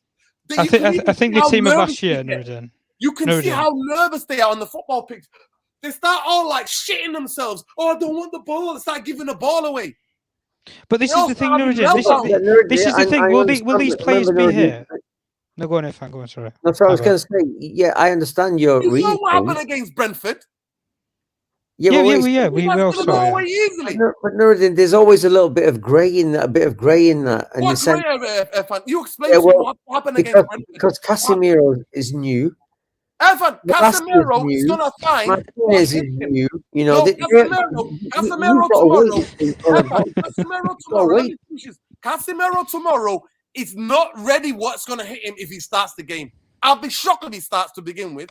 But if he starts the game tomorrow, he doesn't know what's going to hit him. 100 miles an hour football. 100 miles an hour. I agree. He's not going to get a penny. But Nuruddin. 20 seconds on the ball. Nuruddin. He's played. He's had so many good. From Spurs, Irfan, with Ericsson in that team, in a 2-horse race for the league title, finished fucking third. So wait a second. Bottle jobs. Wait a second. So you're saying Ericsson's a bottle job as well? Yeah, mentality, because he's majority of his time in England, he spent it with a bottle job football club that bottle everything. Yeah, but you know the reason why we signed him, don't you? Because of the journey that he's been back on, and that progressive 6 months that he had against Brentford. Yeah, from the point of heart. Yeah. I know. I think you're being a bit harsh, dude. A little bit harsh on him. A bit harsh on him. Irfan, I'm not.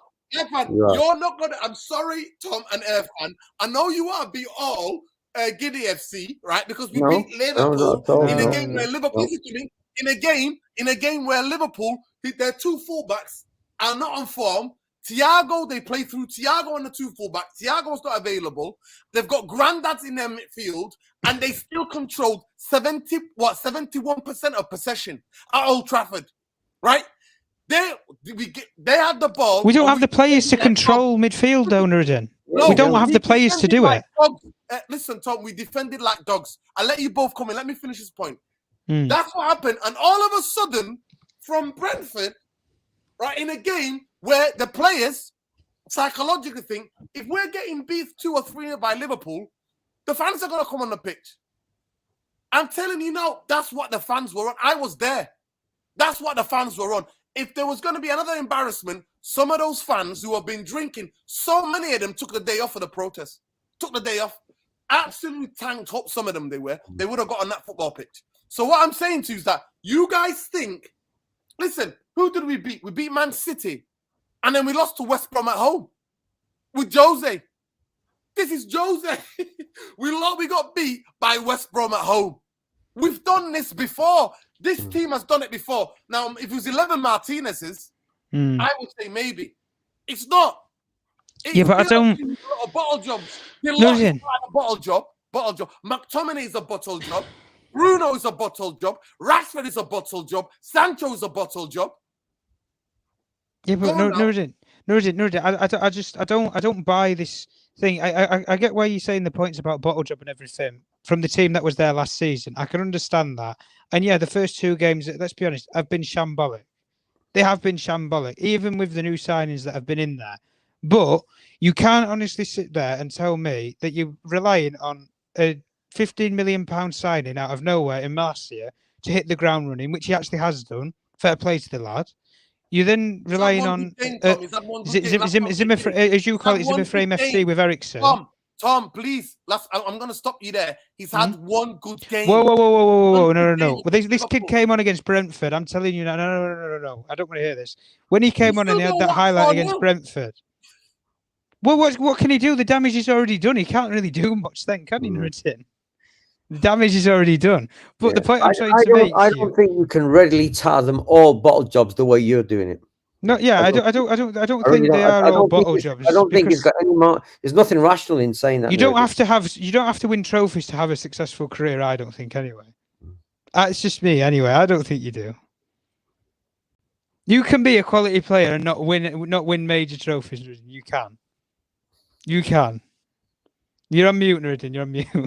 Wow, I swear to God, you two, one decent result when we had 29. No, wait, no, I didn't. No, stop. No, I didn't say that. We didn't say that at all. 9% possession at Old Trafford. No. One game. This team, I'll repeat the statistic again. We've lost now 7 away games in a row in the Premier League, carrying on from last season. Our away record has been dreadful. We win 1 game against Liverpool, and all of a sudden, we're not bottle jobs. No. We're not saying that. One word you're missing is we are potentially and almost historically of late bottle jobs. But I'm not saying all the team. Where I'm different with you, I'm saying not all the team bottle jobs. You can't call Matters a bottle job because he's still individuals. Yeah. You can't call Malacia a bottle job. He's still new. You can't call Casemiro because he hasn't played yet. They're not. So what I'm saying to you is there's a little bit of grey with what you're saying. You can't just tar them all as bottle jobs straight away. You just can't. Okay, I understand what you're saying. I'll ask you the question again. I'll ask both of you the question. Okay, is the majority of the team made up of bottle job failures at Man United? Yes. That's better, Nuruddin. Of course they are, because they've not won anything. Of course they are. Listen, Malacia, Casemiro, and Martinez cannot be. If they were both... Nuruddin, we can admit this. Hold on. We can admit this already. A bottle job, right? Diego Dalot's a bottle job. McTominay is a bottle job. Fred is a bottle job. Sancho... Bruno Fernandes, Rashford, they're all bottle jobs. No, Nuruddin. Wait. Let me qualify your remark. Remember, I said this to you in a number of shows. I said a team that's lost as many as United has lost, when you've lost that many, you're psychologically damaged. You can't improve. I said that to you before. That's the relationship to bottle jobs. That's bottle jobs. But what I'm saying to you is when you buy new players, you're trying to erase the part of it. And hopefully more of them go. I'll ask you another question. Yeah. I'll ask you another question. Tell me, when was the last time Manchester United looked emphatically at 12:30 kickoff? I'm bringing all of these things into consideration. Everybody has seen last season. The word was everybody, right? Did Southampton beat us at Old Trafford last season? Yes or no? Yes. Please remind me what Southampton did to us at Old Trafford. Ralph Hasenhüttl said they don't work hard enough. Yeah. Against Manchester United now. Everybody knows. They beat us last season at Old Trafford, and he said, we know how to play against Man. Everybody knows how to play against Man United. But everybody does, because we don't work hard. Brighton and Brentford proved it to us. We turn up in a derby in the most heated atmosphere for fans who protested, 25,000 of them that protested. Players knew, right, that they had to a team that played into our hands in a tactic that we know. Now, if you say to me tomorrow, Manchester United are going to play and have 30% possession and are going to play purely counter-attacking football and going to give Southampton the game, I think, okay, we're going to stay all tight together. We might nick it 1-0. We might. That is a might. Man United on a half-12 kickoffs, I have not seen Man United put in any convincing result other than the Everton when we came back from Turkey that time. We played in Turkey. We got beat in Turkey. Yeah, by Istanbul Başakşehir, yeah. That was the only half-12 kickoff I've seen Man United convincingly win a game against poor team, Everton team. Right, there was the reason behind that though, because they had to save the manager's skin. It was Ollie's 9 lives, wasn't it? That's what got him out of the fire of it. But I just don't get this association with it, where all of these players are bottle jobs. You can't say to me Varane has been a bottle job for his whole career. He's got 4 CL medals. Casemiro's got 5. These players have more CL medals. Harry Maguire's probably got more relegations on his record than they have CL medals. I can understand that player. And he's our captain, Tom. Exactly. You know what? This is, you know, Tom. You know what this is revealing, yeah. That Nuruddin is damaged by all these losses as well. Yeah, man. He's damaged as well. The player's damaged, but he's damaged. I speak the truth. I coined the phrase bottle jobs for a reason. I didn't just call them for no reason. They are Man United footballers in the last 8 to 10 years have been bottle jobs when it counts. And I prove to you now, there were so many games where Man United got an amazing result against the team. Next game, boom, we fucking draw or get beaten. That's bottle job mentality. That is, and you know what? Our record is being draws and draws. Other than that, Cavani got us the win that season. Remember, Cavani and Greenwood scored, and he got us the win. We draw this game. We draw. And Irfan, it's no secret how to play against Man United. When we go 1-0 down, I no longer believe that our players have any fight to get back into the fucking game. I understand that point. They don't. Well, yeah. None of you can answer my question about a half-12 kickoff where United don't turn up. You know, I just don't think. They just don't have the coffee in the morning. That's probably what it is. They don't wake up. They're not alert to these things. No, what I don't get, they've had. There's no blame to it, right? They've had a full week of training to prepare. There's no Europe right now. So what is the excuse to not turn up?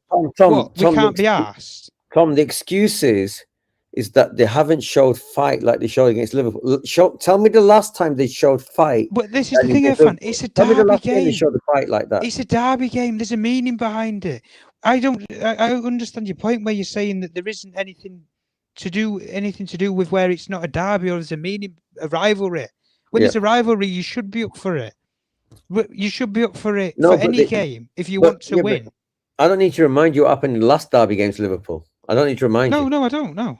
So that's what I'm saying. So I'm asking you the question is like, look, this thing, the bigger question is like, we're bottle jobs at feet, but is the hunger, is the desire going to change or not? That's the question, because that's the wider. I think individually, yes, but I think in terms of the whole team, probably not. No, because we know that you can't win anything with individuals. We've just seen that last season. We had one main star individual, which was Ronaldo, that got us out of the fire so many times, practically walked us to the round of 16 in the Champions League on his own. There was so many frailties from the team that was last year. But like I always coin the phrase, that team was built for 3 years and it won sod all. I can accept that, but what I won't accept is the mediocrity of you don't run, you don't work hard, you don't want to move, like no movement, not even wanting the ball. Tom, I asked you the question. Can you remember the last time United fought like against a team like against Liverpool? Can you tell me the last game?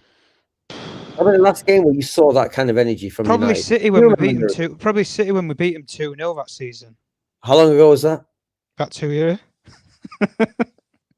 About 2 years ago. So this is where again nobody can really say. So much as Nuruddin says, I hear you, and this. I don't. The 12:30 is a bit of a weird one. I can't get my head around why you wouldn't be hungry for a game at 12:30. you'd think that the team after that big win would be raring to get on the pitch again and get moving. But again, United, none of us can say.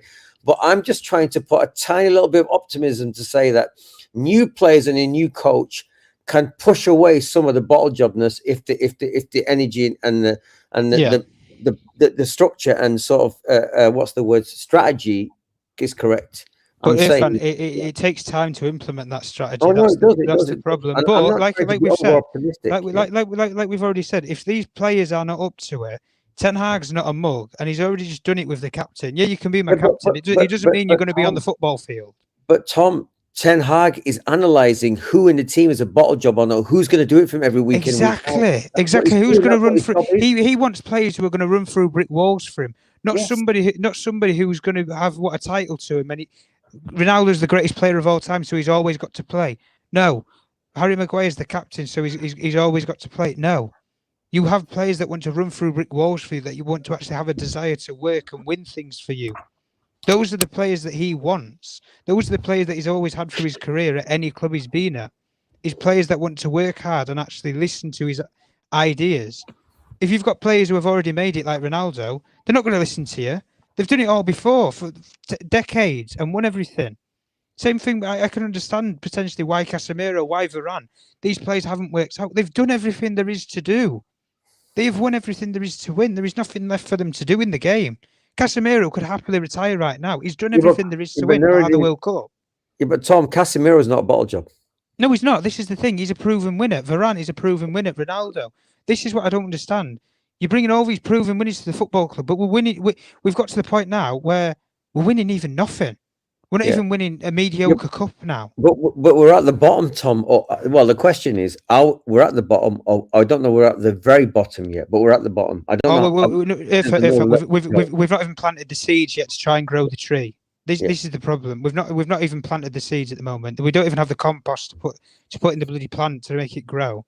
And if you don't have the water, which is the new players that you need to come into this team to revitalise it, the likes that we're going for, or we were supposedly going for with De Jong, Antony, and all the rest of the names that we're linked with, if you don't get the manager the players that he needs, or the players that he prescribes as being the right sort of players, how can you change anything? You can't. It's as simple as that. Right, wait. Let me have another question. Let me make this point quickly. If I wouldn't be calling them bottle jobs if we were a normal football club, we signed the player where Ralph Ranick is telling you we need open heart surgery and we need to let 10 go and buy new 10 players. Yeah, I accept that. If we bought 6-7 players in that starting lineup tomorrow, 6 brand new players started, then I would think I'm confident about that game tomorrow. Because you know why? That's 6 players, new players, are not all bottle jobs. Yeah. They're coming into, I think, and they're going to have a different motivation to go on and carry out the manager's plan because that manager wanted them, right? Man United don't have that. At this moment in time, any given time, we're going to play. I don't think he's going to throw Casemiro in. He's not going to throw Casemiro in. I'll be shocked tomorrow. I think McTominay plays. I think Casemiro might come on a period in the game, right? I think Ronaldo will play. So that would be like we're playing with a passenger. We're carrying a guy who's a passenger when it comes to fighting, right? He's not going to fight like Cavani, right? They're totally 2 different players. Yeah. At the end of the day, guys, the idea that you guys think, and Stephen Kramer said, horses for courses. Listen, Liverpool are on one of their worst Premier League starts in history. That's what we're on, right? They were horrendous. Fulham should have beat them. And Palace, if they could finish their dinner, Sahar, they would have beaten them as well. At the end of the day, even with 10 men, Liverpool played well at home. They made chances, but Crystal Palace should have beaten them. At the end of the day, it's simple. They're 2 fullbacks. They keep hitting balls, and Klopp told you that after the game on Monday. They keep hitting balls to no one, and they're rushing their crosses. Nobody's in position. They significantly downplayed how important Mane was in that team. They significantly downplayed, and that's why they didn't offer him the money. They offered it to Salah, and Salah struggling because it was a balance. Because someone like Van Dijk could get on the right foot, smash it to that thing, and the ball sticks. He smashes it with his left foot, the ball sticks. But he needed that to have that. There are 2 fullbacks. They play through the 2 fullbacks. Trent, and Robertson. Yeah. See this, the goals they set up, and they play through Thiago. They change the midfield. Nuruddin, you want to do a Liverpool show. That's what you want to do. You want to do Liverpool therapy as well. That's what you want to be doing. No. I'm breaking it down. So when he says it's horse for courses, no, Man United should have smashed them more, but they didn't. We played like the away team at home because psychologically our squad for the past 6 years with Jose who started it and all you continue. Oh, come on, Nuruddin. Come on. Set up for what? Counter-attacking football. Nuruddin, we don't have we do not have the players to blow teams away, though. We don't have the players. This is the problem. Mid to low block, counter-attacking football. That's why we can post, right? We can have 29% possession at Old Trafford. The idea that we don't have bottle job tendencies in this club and that it doesn't go away. Right, Nuruddin, wait a second. Idea for me is ludicrous. I swear, I'm flabbergasted. Nuruddin, when did we last have more than 50% possession? Where's he gone? Oh, Neil Ashton. Because he's been ranting so much today. Tom, do you remember the last time we had more than 50% possession? I mean, I don't. I'd probably Louis Van Gaal. When was the last time we had more than 50% possession? We did. LVG, I'd probably say, but that's we did it. We did against Brentford. We did. We did. Second half, they sat back and gave us the ball and like, come on, break us down. So no, okay, so that's a bit of an anomaly. That's a bit of an anomaly. Let's look at when Brighton did the same. Brighton went 2-0 up. Yeah, they did. I was there at that game. Second half, they gave us the ball and went, we're going to counter-attack you with the... All right. Okay, so look, you've discounted those two. Give me another game where United played more with 50% possession. Show me. Tell me. The last good game Man United played was actually against Brentford at Old Trafford. They beat them. Yeah, it was. That was the last game that way I thought, wow, we can completely control the game. Control the game. That was the last game at Old Trafford. Well, look, the bottle job conversation can continue, but bottle job, I said, I'll repeat, is related to whether you've been affected by losing. And all I'm trying to say in a slightly optimistic way is that not all of these guys have been affected by loss after loss after loss. Malacia hasn't, Martinez hasn't. Varane is getting to the stage where he is, but if he keeps losing more, but I don't think it's a bottle job. I think the others are. I think Rashford is. I don't know about Sancho, but definitely is. McTominay is. They are part of it. Bruno is part of it. Are we just calling it with the British players? The British players, then? Are we just calling it with the British players because they've not achieved anything? Then? No, I don't think it's just a British. Fred's infected by it, isn't he? Because he's lost so many games. Gives the ball away, starts panicking. All of a sudden, he turns to fucking Fred from fucking Stoke. Tony Pulis football starts fucking can't even control the ball. He turns into a scared. But this is the thing, Nuruddin. How do you expect to win things with players that can't control the game? But you have a manager's philosophy who is what? Dictating and controlling a game. But if he doesn't have the players to do it.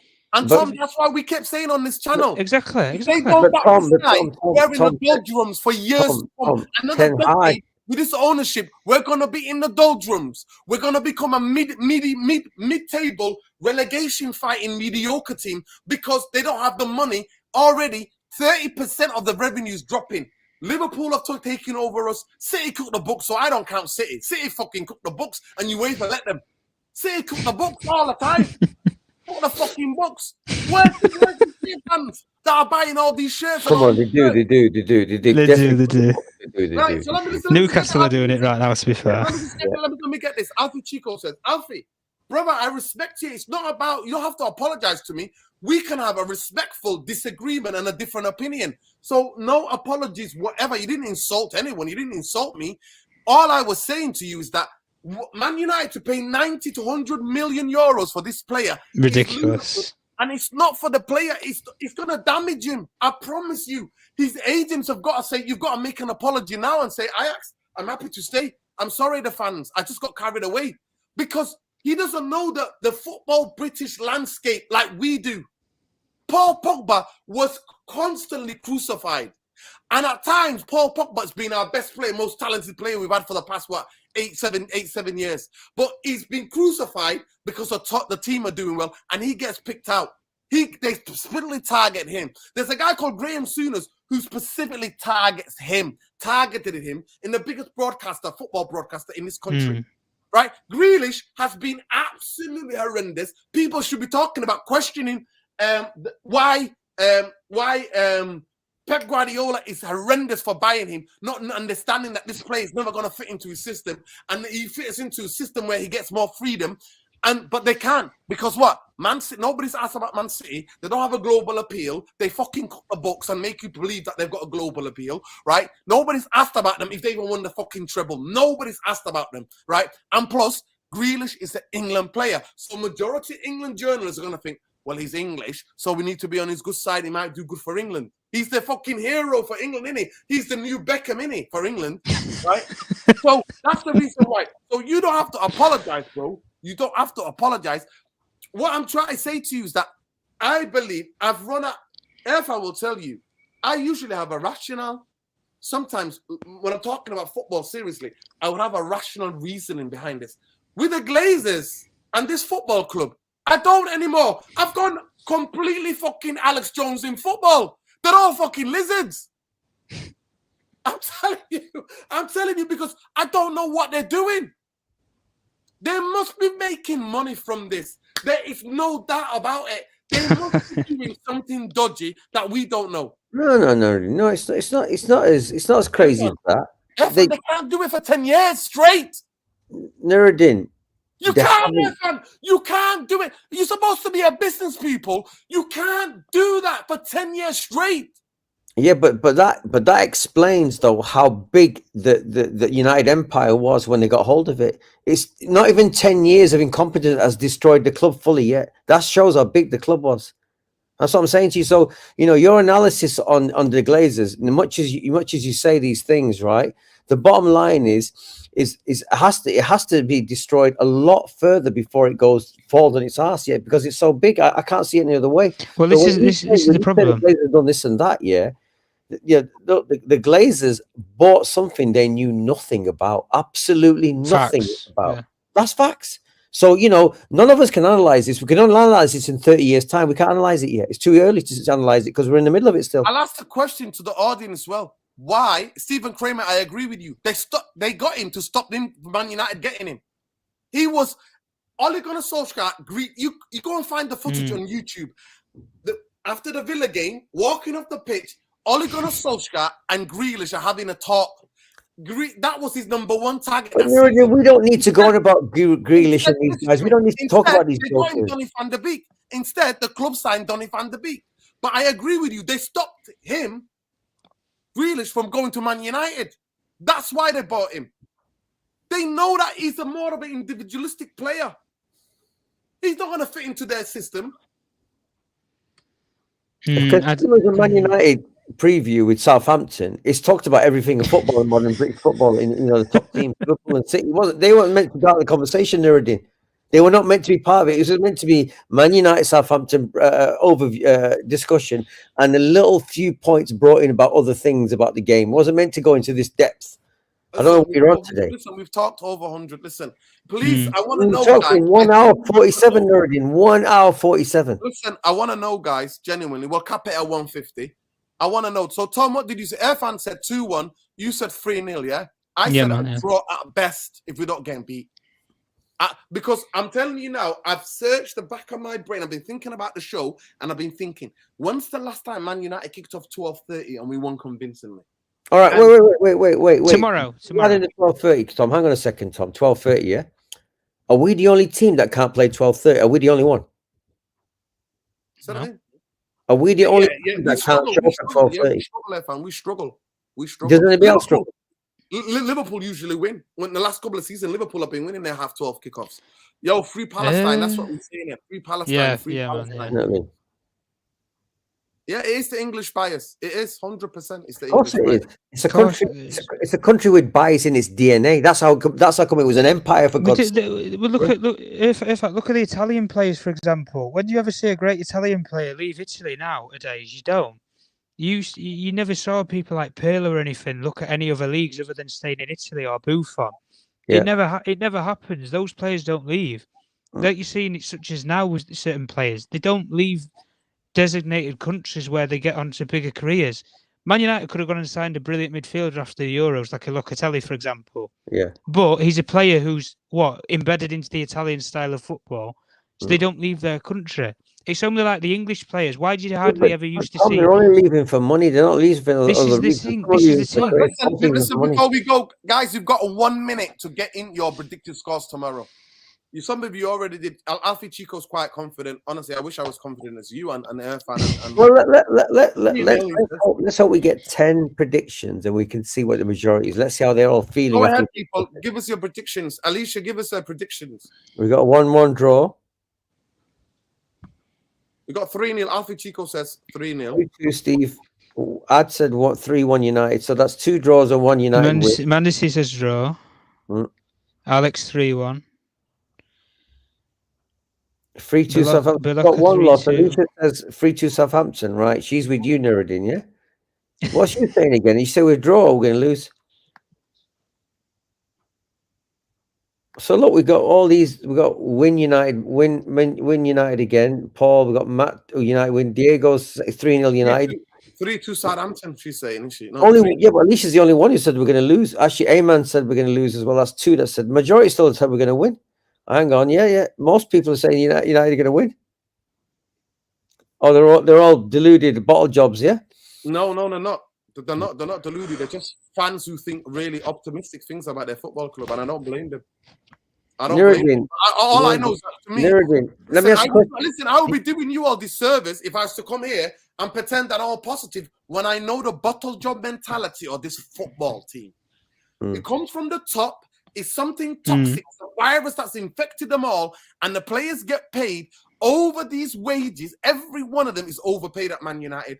Even our fucking second goalkeeper had the 4th biggest wage for a goalkeeper in the Premier League. Yeah, that is true. Yeah. No, yeah, but that's the Glazers. That's the Glazers that's thing. What I'm saying to you. That's what I'm saying to you. So 2-1 win. They're saying there 2-1 win.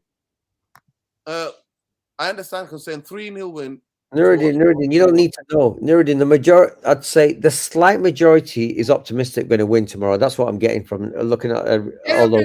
Because everybody, listen, majority of time, no fans except for me who because I'm too realistic because I see what I've got the data on my side. I do have. No, Nuruddin, no. Listen. No.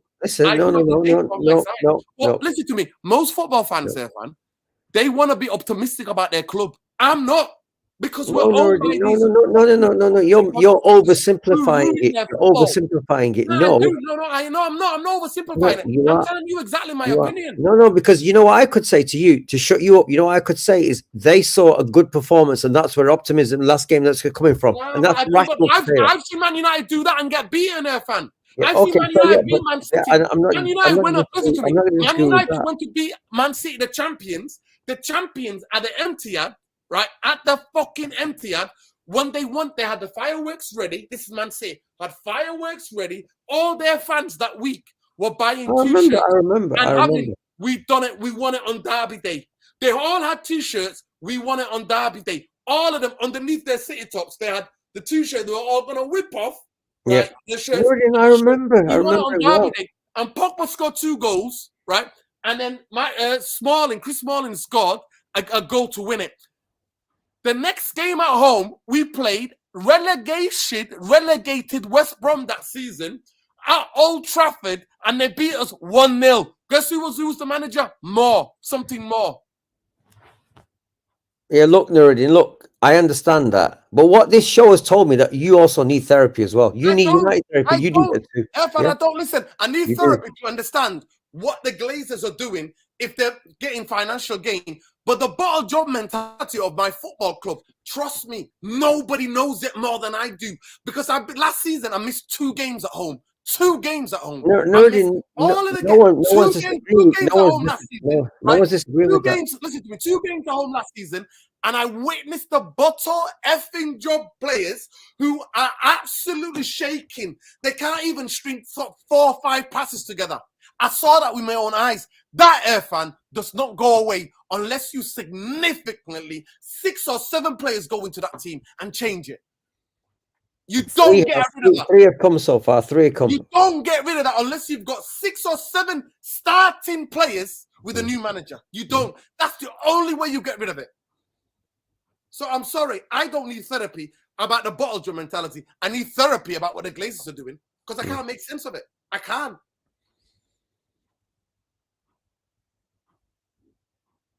All right, look, we're at 154 now. Right, okay. We're past the 150. Tom's gone as well. Tom, listen, Tom Journalist 1 on Twitter. Make sure you follow Irfan. Make sure you follow Irfan on, let me just get this. Irfan Rainey on Instagram and Irfan Rainey on Twitter. Music on Instagram, politics mainly on Twitter. And that guy, Red Devil, Mr. Structure on Twitter. Please make sure you comment. Make sure you comment on the video because I like doing live streams because I like interacting with you lot. It's a community.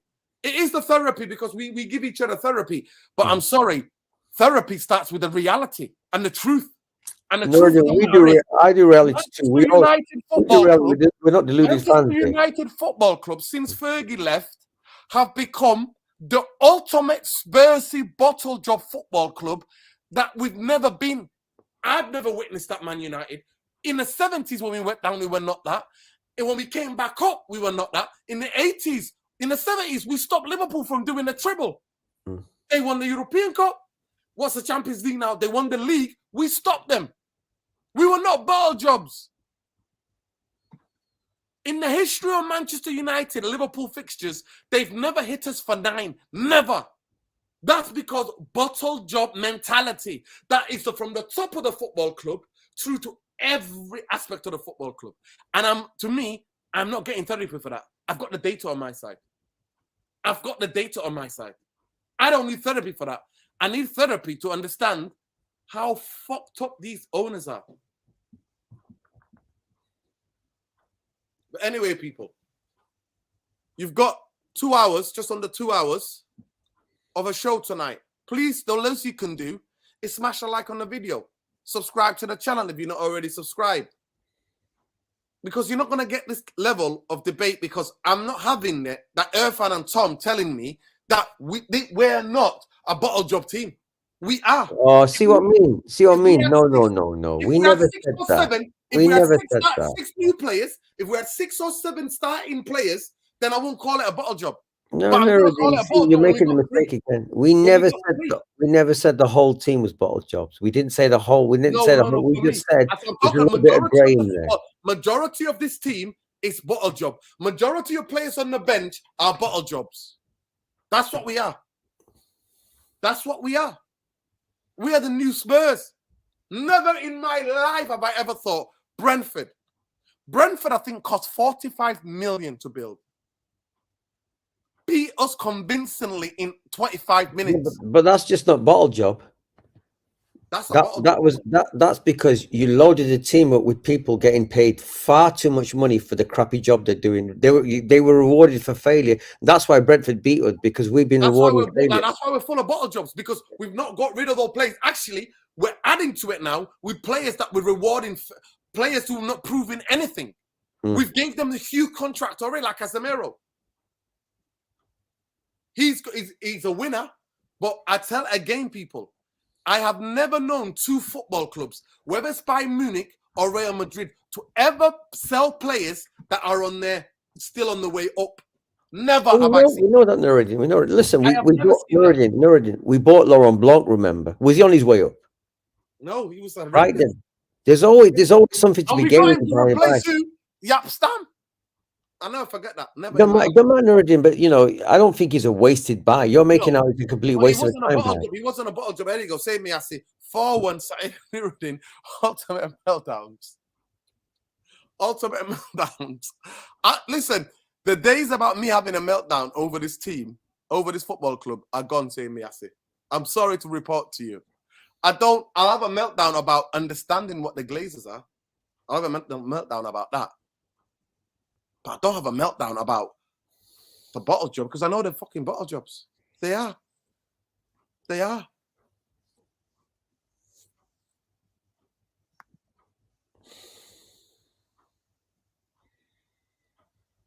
Right, Nuruddin is 159. 1 hour 59. Let them poor people got to bed, for God's sake. No. Listen. Let me just get this. Big up Diego. He says, Do I disagree with Nuruddin? He's being over pessimistic. Lol. I get it though. It's all good. The club does that to us. Lol. Frustrating. Talking basic. No, it's not frustration. Please, Diego, tell me when was the last time Man United put in a performance or won a game? Of course, it's frustration. Like won a game like it took half 12. Tell me. We don't win, or we get beat half 12s, or we draw. We don't win half 12s. Our record against Southampton has been a draw. The main thing has been the data. It's been a draw with these bottle job players in the club. We don't fight. We don't. We get bullied. Yeah, but you've thrown so much stuff together, right? Your bottle job together, you've thrown the 12:30 together, you've thrown all these things together, all of them, every single one. And that's what I'm saying to you. The other thing, what you don't understand is that we are on 7 away game losses. That doesn't go away. That doesn't go away. That's the form from last season. Majority of the players in that team, even with Ronaldo, that's why I called him a bottle job, was we were losing away games, right, left, and centre. We were getting Nuruddin, let me just end on this. People watch sport hoping for, even if they're serial losers, hoping that something might turn. That's the reason people watch sport, you know that. I don't have that with this football club. I don't. I'm sorry with these owners. I don't. There's no culture change. Eric Ten Hag cannot do this alone. He cannot do this alone. He's not Harry effing Potter. But anyway, on that note, good night. Like I said, Tom Journalist 1. Big up to every of you. I don't know about that, Chico. I don't think, listen, they will never have me on Sky. That's one thing you'll know. Because my first sentence will be, win, lose, or draw, Glazers out, bankers out. That's what I'll say. And they'll be like, what? And I'll tell them. Gary's been saying that. He's been saying it. He's been saying it. And that's why I love Gary. That's why I've got enough respect for Gary. He's been saying it, you know. I've got really respect for Gary. But guys, it's been a pleasure. Love, like, take care. Smash a like on the video. Subscribe to the channel. It's been an absolute pleasure. That's the longest show I've ever done, I think, on this channel. So take care, people. Lots of love, like. I apologize for taking over your sleeping time. I apologize personally. These people are just awake anyway. Big up. Listen, good luck to Celtic, by the way, Steve Kramer. Good luck to Celtic on the Champions League group. I hope you go and smash Real Madrid. Yeah, let's hope Celtic do the business. They're our favorite team apart from Man United. Celtic is ours. Celtic is my favorite. Yeah, we love Celtic. We absolutely love Celtic. Anyone with any decency loves Celtic. They were horrendous for their football club. They were horrendous for their football club. And Ian Robin was one of the most injury-prone players. And he went to Bayern Munich and he found a club that can understand him and took the time to further nurture him. Both of them were horrendous at Real Madrid. But they were young enough to recover. Like Odegaard, for example, Odegaard, fan. They got Odegaard. They put him in the team too soon, and they were like, "You're not good enough. See you later." They sold him to Arsenal. Good night, people. Win, lose, or draw. Bank us out. Glazers out. About 4:30 tomorrow, we will be doing, about around 5 o'clock, hopefully, we will be doing the match reaction. Peace, love, light, take care. Bank us out. Glazers out.